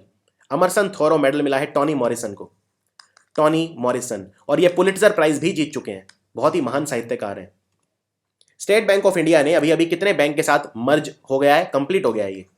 तो अब ये दुनिया के टॉप 50 बैंक्स में आ गया है। 6 बैंक के साथ मर्ज हुआ है, 5 तो इनके अपने खुद के ही बैंक हैं, state bank of Mysore, Patiala, Travancore, Jaipur, Bikaner, ये सब, और एक है भारतीय महिला बैंक। इनमें से किस व्यक्ति को चेयरमैन बना दिया गया है नास्कॉम का? कौन है नास्कॉम का नया चेयरमैन, यानी national association of software and services company? Very very important, Raman Roy, Raman Roy. और हमारी जो कैबिनेट है उन्होंने अप्रूवल दे दिया है, ऑस्ट्रेलिया के साथ हमने एक एमओयू साइन किया है, ऑस्ट्रेलिया के साथ। बताइए किस चीज में किया है? यह किया है हमने हेल्थ और मेडिसिन के अंदर। पहली monetary policy, by monthly monetary policy financial year 2017 की अभी अभी हुई है। तो मार्जिनल स्टैंडिंग फैसिलिटी इसमें कितनी है? ये 25 बेसिस पॉइंट कम कर दी है, तो अब हो गई है 6.5%। पहले थी 6.75%, तो ये कम हो गई है। और रेपो रेट जो है वो उतनी ही है, 6.25%, कोई बदलाव नहीं आया है। रिवर्स रेपो रेट बढ़ा दी है हमने 0.25%, पहले तो 6%, इसमें प्लस 0.25% हो गई है। और जो बैंक रेट है, बैंक रेट हमारी उसमें 0.25% कम हो गई है। और जो कैश रिजर्व रेशियो है वो उतनी है 4%, 2013 से ही 4% है। और स्टैट्यूटरी लिक्विडिटी रेशियो भी उतनी ही है। तो ये बहुत ज़्यादा इंपॉर्टेंट है मॉनेटरी पॉलिसी। तो 2 महीने में एक बार होती है, बाई मंथली होती है मॉनेटरी पॉलिसी, और इसे मॉनेटरी पॉलिसी कमेटी बनाती है, जिसमें 3 member reserve bank of India के होते हैं और 3 मेंबर सरकार की तरफ से होते हैं। भारत की क्या रैंक है फुटबॉल में? अभी इस वक्त क्या रैंक चल रही है? जो federation international day football association FIFA, FIFA का हेडक्वार्टर है जूरिक में, और फीफा के प्रेसिडेंट हैं जियानी इन्फेंटिनो, जिन्हें दोहरी नागरिकता है इटली और स्विट्जरलैंड की। तो भारत की रैंकिंग है 101। ये पिछले 20 सालों में भारत की सबसे अच्छी रैंकिंग है। असम की जो सरकार है उसने लॉन्च करा है गुणोत्सव 8 जिलों के अंदर। तो ये गुणोत्सव ये देखेगा कि जो क्वालिटी ऑफ एजुकेशन है, यानी जो शिक्षा का मापदंड है, वो कैसे बढ़ाया जाए, उसका आंकलन करेगा। तो आपको बताना है ये सबसे पहली बार कौन से राज्य में लॉन्च हुआ था गुणोत्सव? ये लॉन्च हुआ था गुजरात के अंदर, गुजरात में। बच्चों की जो फिल्म सोसाइटी है, जिसे बोलते हैं children's film society of India, ये 3 दिवसीय बच्चों के लिए फिल्म फेस्टिवल ऑर्गेनाइज कर रही है, जिसे बोलते हैं नेशनल चिल्ड्रन फिल्म फेस्टिवल। कहां पे ऑर्गेनाइज कर रही है? कि ये कर रही है विशाखापट्टनम में, जो तट पर है आंध्र प्रदेश के, विशाखापट्टनम। और हमारे सूचना प्रसारण मंत्री पूछ सकते हैं आपसे, वो है Venkaiah Naidu, information broadcasting minister. हमारे जो खेल मंत्रालय है उसने अप्रूव कर दिया है एथलेटिक्स फेडरेशन ऑफ इंडिया का प्रपोजल कि अब फॉरेन एक्सपर्ट अपॉइंट किए जाने चाहिए इनमें से 2020 टोक्यो ओलंपिक के कौन से खेलों के लिए। यानी अब कोचिंग जो होगी वो फॉरेन एक्सपर्ट देंगे इन 2 खेलों में। ये 2 खेल कौन से हैं? तो ये 2 खेल हैं, एक तो रेस वॉकिंग और एक 400 मीटर का sprint. Race walking and 400 metre sprint, answer है D. Human resource consulting company है रैंडस्टैड। इसके हिसाब से भारत की जो कौन सी कंपनी है जो सबसे अच्छा पे करती है भारत के अंदर? सबसे अच्छा कौन से सेक्टर की कंपनियां पे करती हैं? तो भारत में सबसे अच्छा पे करती हैं एफएमसीजी कंपनी, यानी फास्ट मूविंग कंज्यूमर गुड्स की कंपनी, जैसे पतंजलि है, हिंदुस्तान लीवर है, प्रॉक्टर एंड गैम्बल है, विप्रो है, आईटीसी है, ये सब कंपनियां हैं। दूसरे नंबर पे करती हैं सबसे अच्छा पे बिजली कंपनियां, पावर। और तीसरे नंबर पे करती हैं सूचना प्रौद्योगिकी यानी इंफॉर्मेशन टेक्नोलॉजी, आईटी कंपनियां। इनमें से कौन से राज्य की सरकार है जिसने 1 साल का डिप्लोमा शुरू करा है? एक कोर्स है जिसका नाम है हिंदू पुरोहित्यम, यानी ये इन्होंने स्टार्ट करा है। इसमें किसी भी धर्म के लोग आ सकते हैं, पहली बात, किसी भी जात के आ सकते हैं इस डिप्लोमा को करने के लिए। और महर्षि पतंजलि संस्कृत संस्थान के साथ मिलकर शुरू करा है। ये करा है मध्य प्रदेश की सरकार ने। एशियन डेवलपमेंट बैंक इनमें से 20 ईयर लोन दे रहा है। भारत की power grid corporation of India को कितना लोन दे रहा है हमें एशियन डेवलपमेंट बैंक, जिसका हेडक्वार्टर मनीला में है। एशियन डेवलपमेंट बैंक हमें $175 मिलियन का लोन दे रहा है 20 साल के लिए भारत में, जिससे नए सोलर पार्क यानी सौर ऊर्जा के पार्क बनाए जा सकें। हमारा जो कृषि मंत्रालय है उसने एक प्लान बनाया है, अपना अनाउंस करा है कि भारत में 1.5 लाख एसेट हैं जिन्हें जियो टैग किया जाएगा। तो इस स्कीम का नाम क्या है? इस स्कीम का नाम है राष्ट्रीय कृषि विकास योजना। राष्ट्रीय कृषि विकास योजना, यहां ऑप्शन में शायद नहीं, यहां दिया है D, D is the answer. और हमारे कृषि मंत्री हैं राधा मोहन सिंह। इनमें से कौन सा राज्य है जिसने 10% सरचार्ज लगा दिया है अब नॉन जुडिशियल इंस्ट्रूमेंट्स के ऊपर? गौ रक्षा के लिए, गौ रक्षा के लिए 10% सरचार्ज देना पड़ेगा आपको नॉन जुडिशियल इंस्ट्रूमेंट पे। तो ये सरचार्ज लगाया है राजस्थान की सरकार ने। और राजस्थान में जो मुख्यमंत्री हैं वसुंधरा राजे हैं, और जो वित्त मंत्रालय है वो भी इन्हीं के अंडर है। हम वर्ल्ड डिप्रेशन डे कब मनाते हैं? वर्ल्ड हेल्थ डे जो मनाते हैं, इस बार उसका थीम डिप्रेशन था, तो बहुत न्यूज़ में आया था डिप्रेशन से लड़ना चाहिए हमें। वर्ल्ड हेल्थ डे हम मनाते हैं हर साल, WHO मनाता है इसे, वर्ल्ड हेल्थ ऑर्गेनाइजेशन, जिसका हेडक्वार्टर जेनेवा में है। और इस बार डिप्रेशन डे था, तो ये था 7 अप्रैल को, मतलब थीम इस बार था डिप्रेशन। डिप्रेशन के बारे में चलिए बात करते हैं। डिप्रेशन लेट्स टॉक, ये था इसका थीम। इकुतारो काके हाशी, ये बहुत मशहूर एक इलेक्ट्रॉनिक म्यूजिकल इंस्ट्रूमेंट इन्होंने बनाया था, और इनका निधन हो गया। तो कौन सा इंस्ट्रूमेंट इन्होंने बनाया था? ये जापान के थे, और 1972 में इन्होंने ये इंस्ट्रूमेंट बनाया था। इसका नाम है रोलैंड। रोलैंड। अलेक्जेंडर वुचिच, ये कौन से बल्कान कंट्री के नए प्रेसिडेंट बने हैं? अलेक्जेंडर वुचिच, ये बने हैं सर्बिया के। सर्बिया के प्रेसिडेंट बने। सर्बिया की राजधानी है बेलग्रेड, और इसके नए राष्ट्रपति ये बने हैं। रेलवेज ने इनमें से कौन सी कंपनी के साथ पार्टनरशिप करी है, जिससे अब roof top solar power plant लगाएगा पटियाला के अंदर, जिससे जो रेलवे की डीजल लोको मॉडर्नाइजेशन के लिए रिक्वायरमेंट एनर्जी की वो पूरी हो सके। तो जो आधुनिकरण किया जाएगा डीजल लोकोमोटिव्स का, वो पूरा हो सकेगा सौर ऊर्जा से। इसके लिए रेलवेज ने पार्टनरशिप करी है भेल के साथ, भारत हैवी इलेक्ट्रिकल लिमिटेड के साथ, और ये 2 मेगावाट क्षमता का प्रोजेक्ट होगा। भेल के जो चेयरमैन है और मैनेजिंग डायरेक्टर हैं वो हैं Atul Sobti. UN international day of sports for development and peace हम कब मनाते हैं? यानी संयुक्त राष्ट्र संघ का अंतर्राष्ट्रीय दिवस, जिससे खेलों को विकास और शांति का जरिया बनाया जा सके, ये हम मनाते हैं 6 अप्रैल को। और इस बार इसका थीम था वी प्ले टुगेदर, हम साथ साथ खेलें। इनमें से कौन से मुख्यमंत्री हैं जिनको यूएस इंडिया बिजनेस काउंसिल ने सम्मानित करा है अपने USIBC transformative chief minister award से? यानी इन्होंने पूरा परिवर्तन कर दिया है इस राज्य में। तो ये है चंद्रबाबू नायडू, और ये आंध्र प्रदेश के मुख्यमंत्री हैं। इनमें से कौन व्यक्ति अध्यक्षता करेंगे? 3 मेंबर का एक पैनल बनाया गया है, जो ये देखेगा कि जो गोमती नदी है, गोमती नदी के जो रिलेटेड चैनलाइजेशन प्रोजेक्ट है, उसमें कितना खर्चा हो रहा है, कैसे यूज हो रहा है, वो कैसे लागू हो रहा है। इस पे एक कमेटी बनी है, 3 मेंबर का पैनल बना है। इसकी अध्यक्षता करेंगे रिटायर्ड जज, इनका नाम है आलोक कुमार सिंह।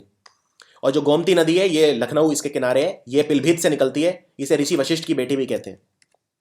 केंद्र सरकार ने अभी अभी अपनी मंजूरी दी है कि एक कोलैबोरेटिव एग्रीमेंट साइन हुआ है फ्रेंच नेशनल रिसर्च एजेंसी के साथ, जो सपोर्ट करेगा बेलमोंट फॉरम सेक्रेटेरिएट को। टोटल कितना खर्चा लगेगा इसके अंदर? टोटल इसमें लगेंगे 40,000 यूरो, 40,000 यूरो। और जो ये बेलमोंट फॉरम है, ये काफी इंपॉर्टेंट है, क्योंकि ये एक हाई लेवल ग्रुप है। दुनिया के जो ग्लोबल एनवायरमेंटल रिसर्च और इंटरनेशनल साइंस काउंसिल के हेड हैं, उनके जो फाउंडर हैं। इनमें से कौन सा बैंक है जो जिसका एक पहला डोमेस्टिक एसेट मैनेजमेंट कंपनी बनेगी, जो IPO निकाल दिया जिसने, इनिशियल पब्लिक ऑफरिंग, पैसा उठाने के लिए मार्केट से। तो एसेट मैनेजमेंट कंपनी है जो म्यूचुअल फंड वगैरह ये सब देखती है। तो ये है UTI म्यूचुअल फंड।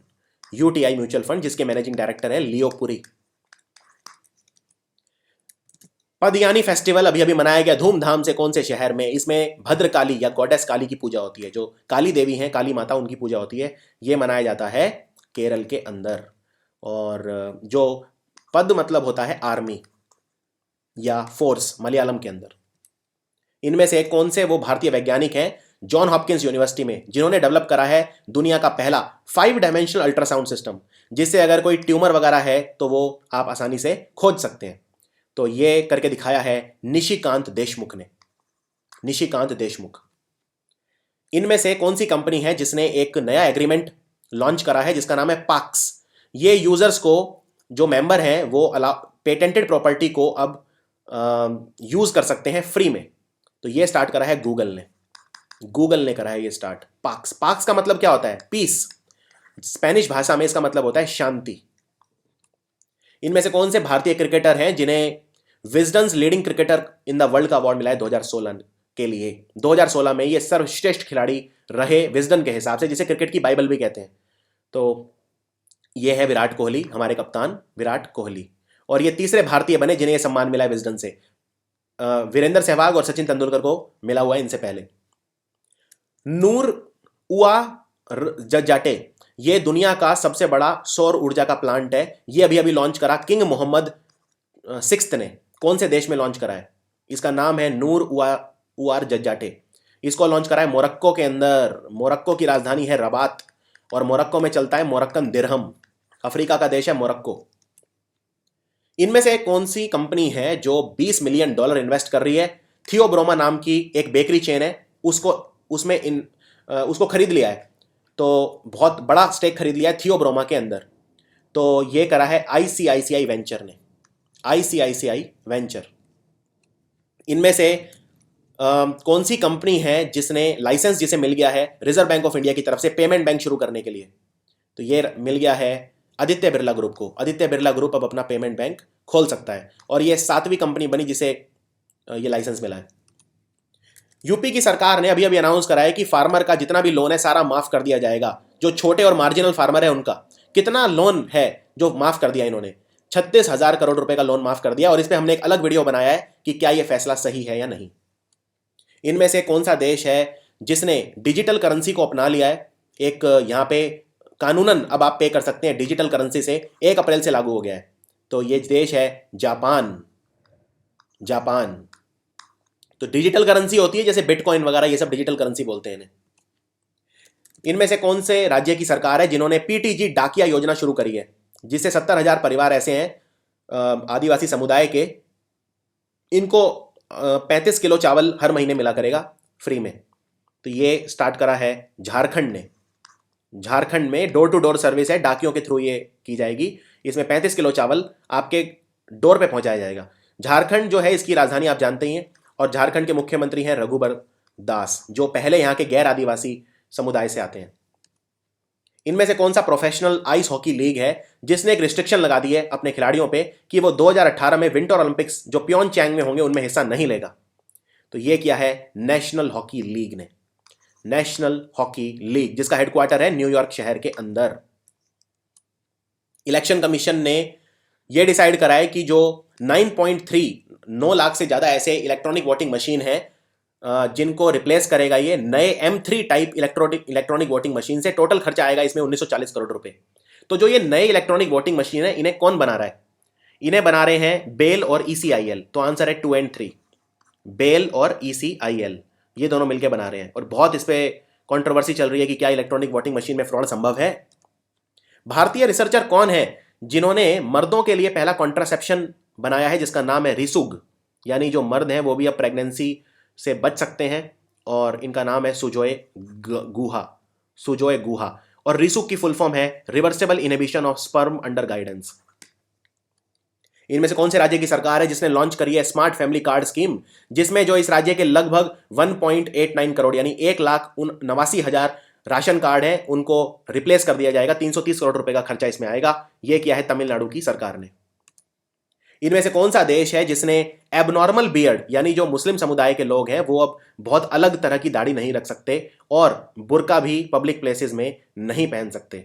तो ये दोनों चीज बैन कर दी है।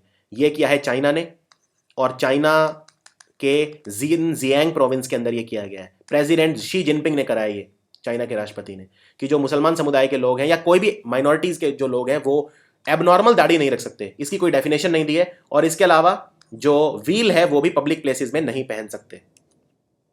इनमें से कौन सा इंस्टीट्यूट है जिसने एजुकेशनल रैंकिंग्स को टॉप किया है? ये रैंकिंग दी नेशनल इंस्टीट्यूशनल रैंकिंग फ्रेमवर्क ने।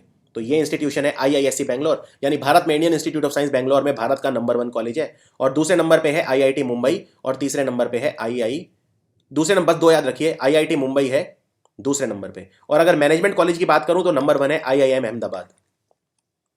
इनमें से फेमस पद्म विभूषण जीत चुके सिंगर कौन है जिनका अभी निधन हो गया? बहुत ही महान, इनके लिए कोई शब्द नहीं है। संगीत नाटक अकेडमी अवार्ड इन्हें मिला था 2010 में। इनका नाम है किशोरी अमोंकर। किशोरी अमोंकर। ये इन्होंने उस्ताद अलादिया खान साहेब से संगीत सीखा। कौन सा भारत स्टेज एमिशन ग्रेड है जो अभी लॉन्च करा है हमारे minister of state for petroleum and natural gas Dharmendra Pradhan ने? तो ये है भारत स्टेज 4। तो सुप्रीम कोर्ट ने बैन कर दिया है 3, भारत स्टेज 3 वाली जो गाड़ियां हैं वो बैन कर दी हैं। और जो ऑयल कंपनी है वो 90,000 करोड़ रुपए खर्च करेंगी भारत स्टेज 3 से 4 में अपग्रेड करने में। आगे बढ़ते हैं। इसमें एक चीज और पूछ सकते हैं, हमारा टारगेट क्या है? हमारा टारगेट है भारत स्टेज 6 तक हमें अपग्रेड करना है, अप्रैल 1 2020 तक। ये याद रखिए। इनमें से भारतीय क्रिकेट खिलाड़ी कौन से हैं जिन्हें एक दिन के लिए CEO बना दिया गल्फ ऑयल इंडिया कंपनी ने अपना, उनको सम्मान करने के लिए? गल्फ ऑयल इंडिया ने CEO बनाया MS धोनी को एक दिन के लिए।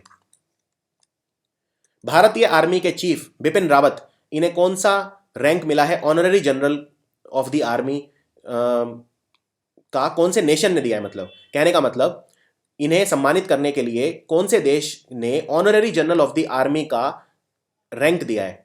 तो ये देश है भारत का पड़ोसी नेपाल। नेपाल के प्रधानमंत्री हैं पुष्प कमल दहल, जिन्हें प्रचंड बोलते हैं, और यहाँ की राष्ट्रपति हैं पहली महिला राष्ट्रपति इस देश की विद्या देवी भंडारी। नेपाल की राजधानी काठमांडू है, जहाँ पे सार्क का हेडक्वार्टर है।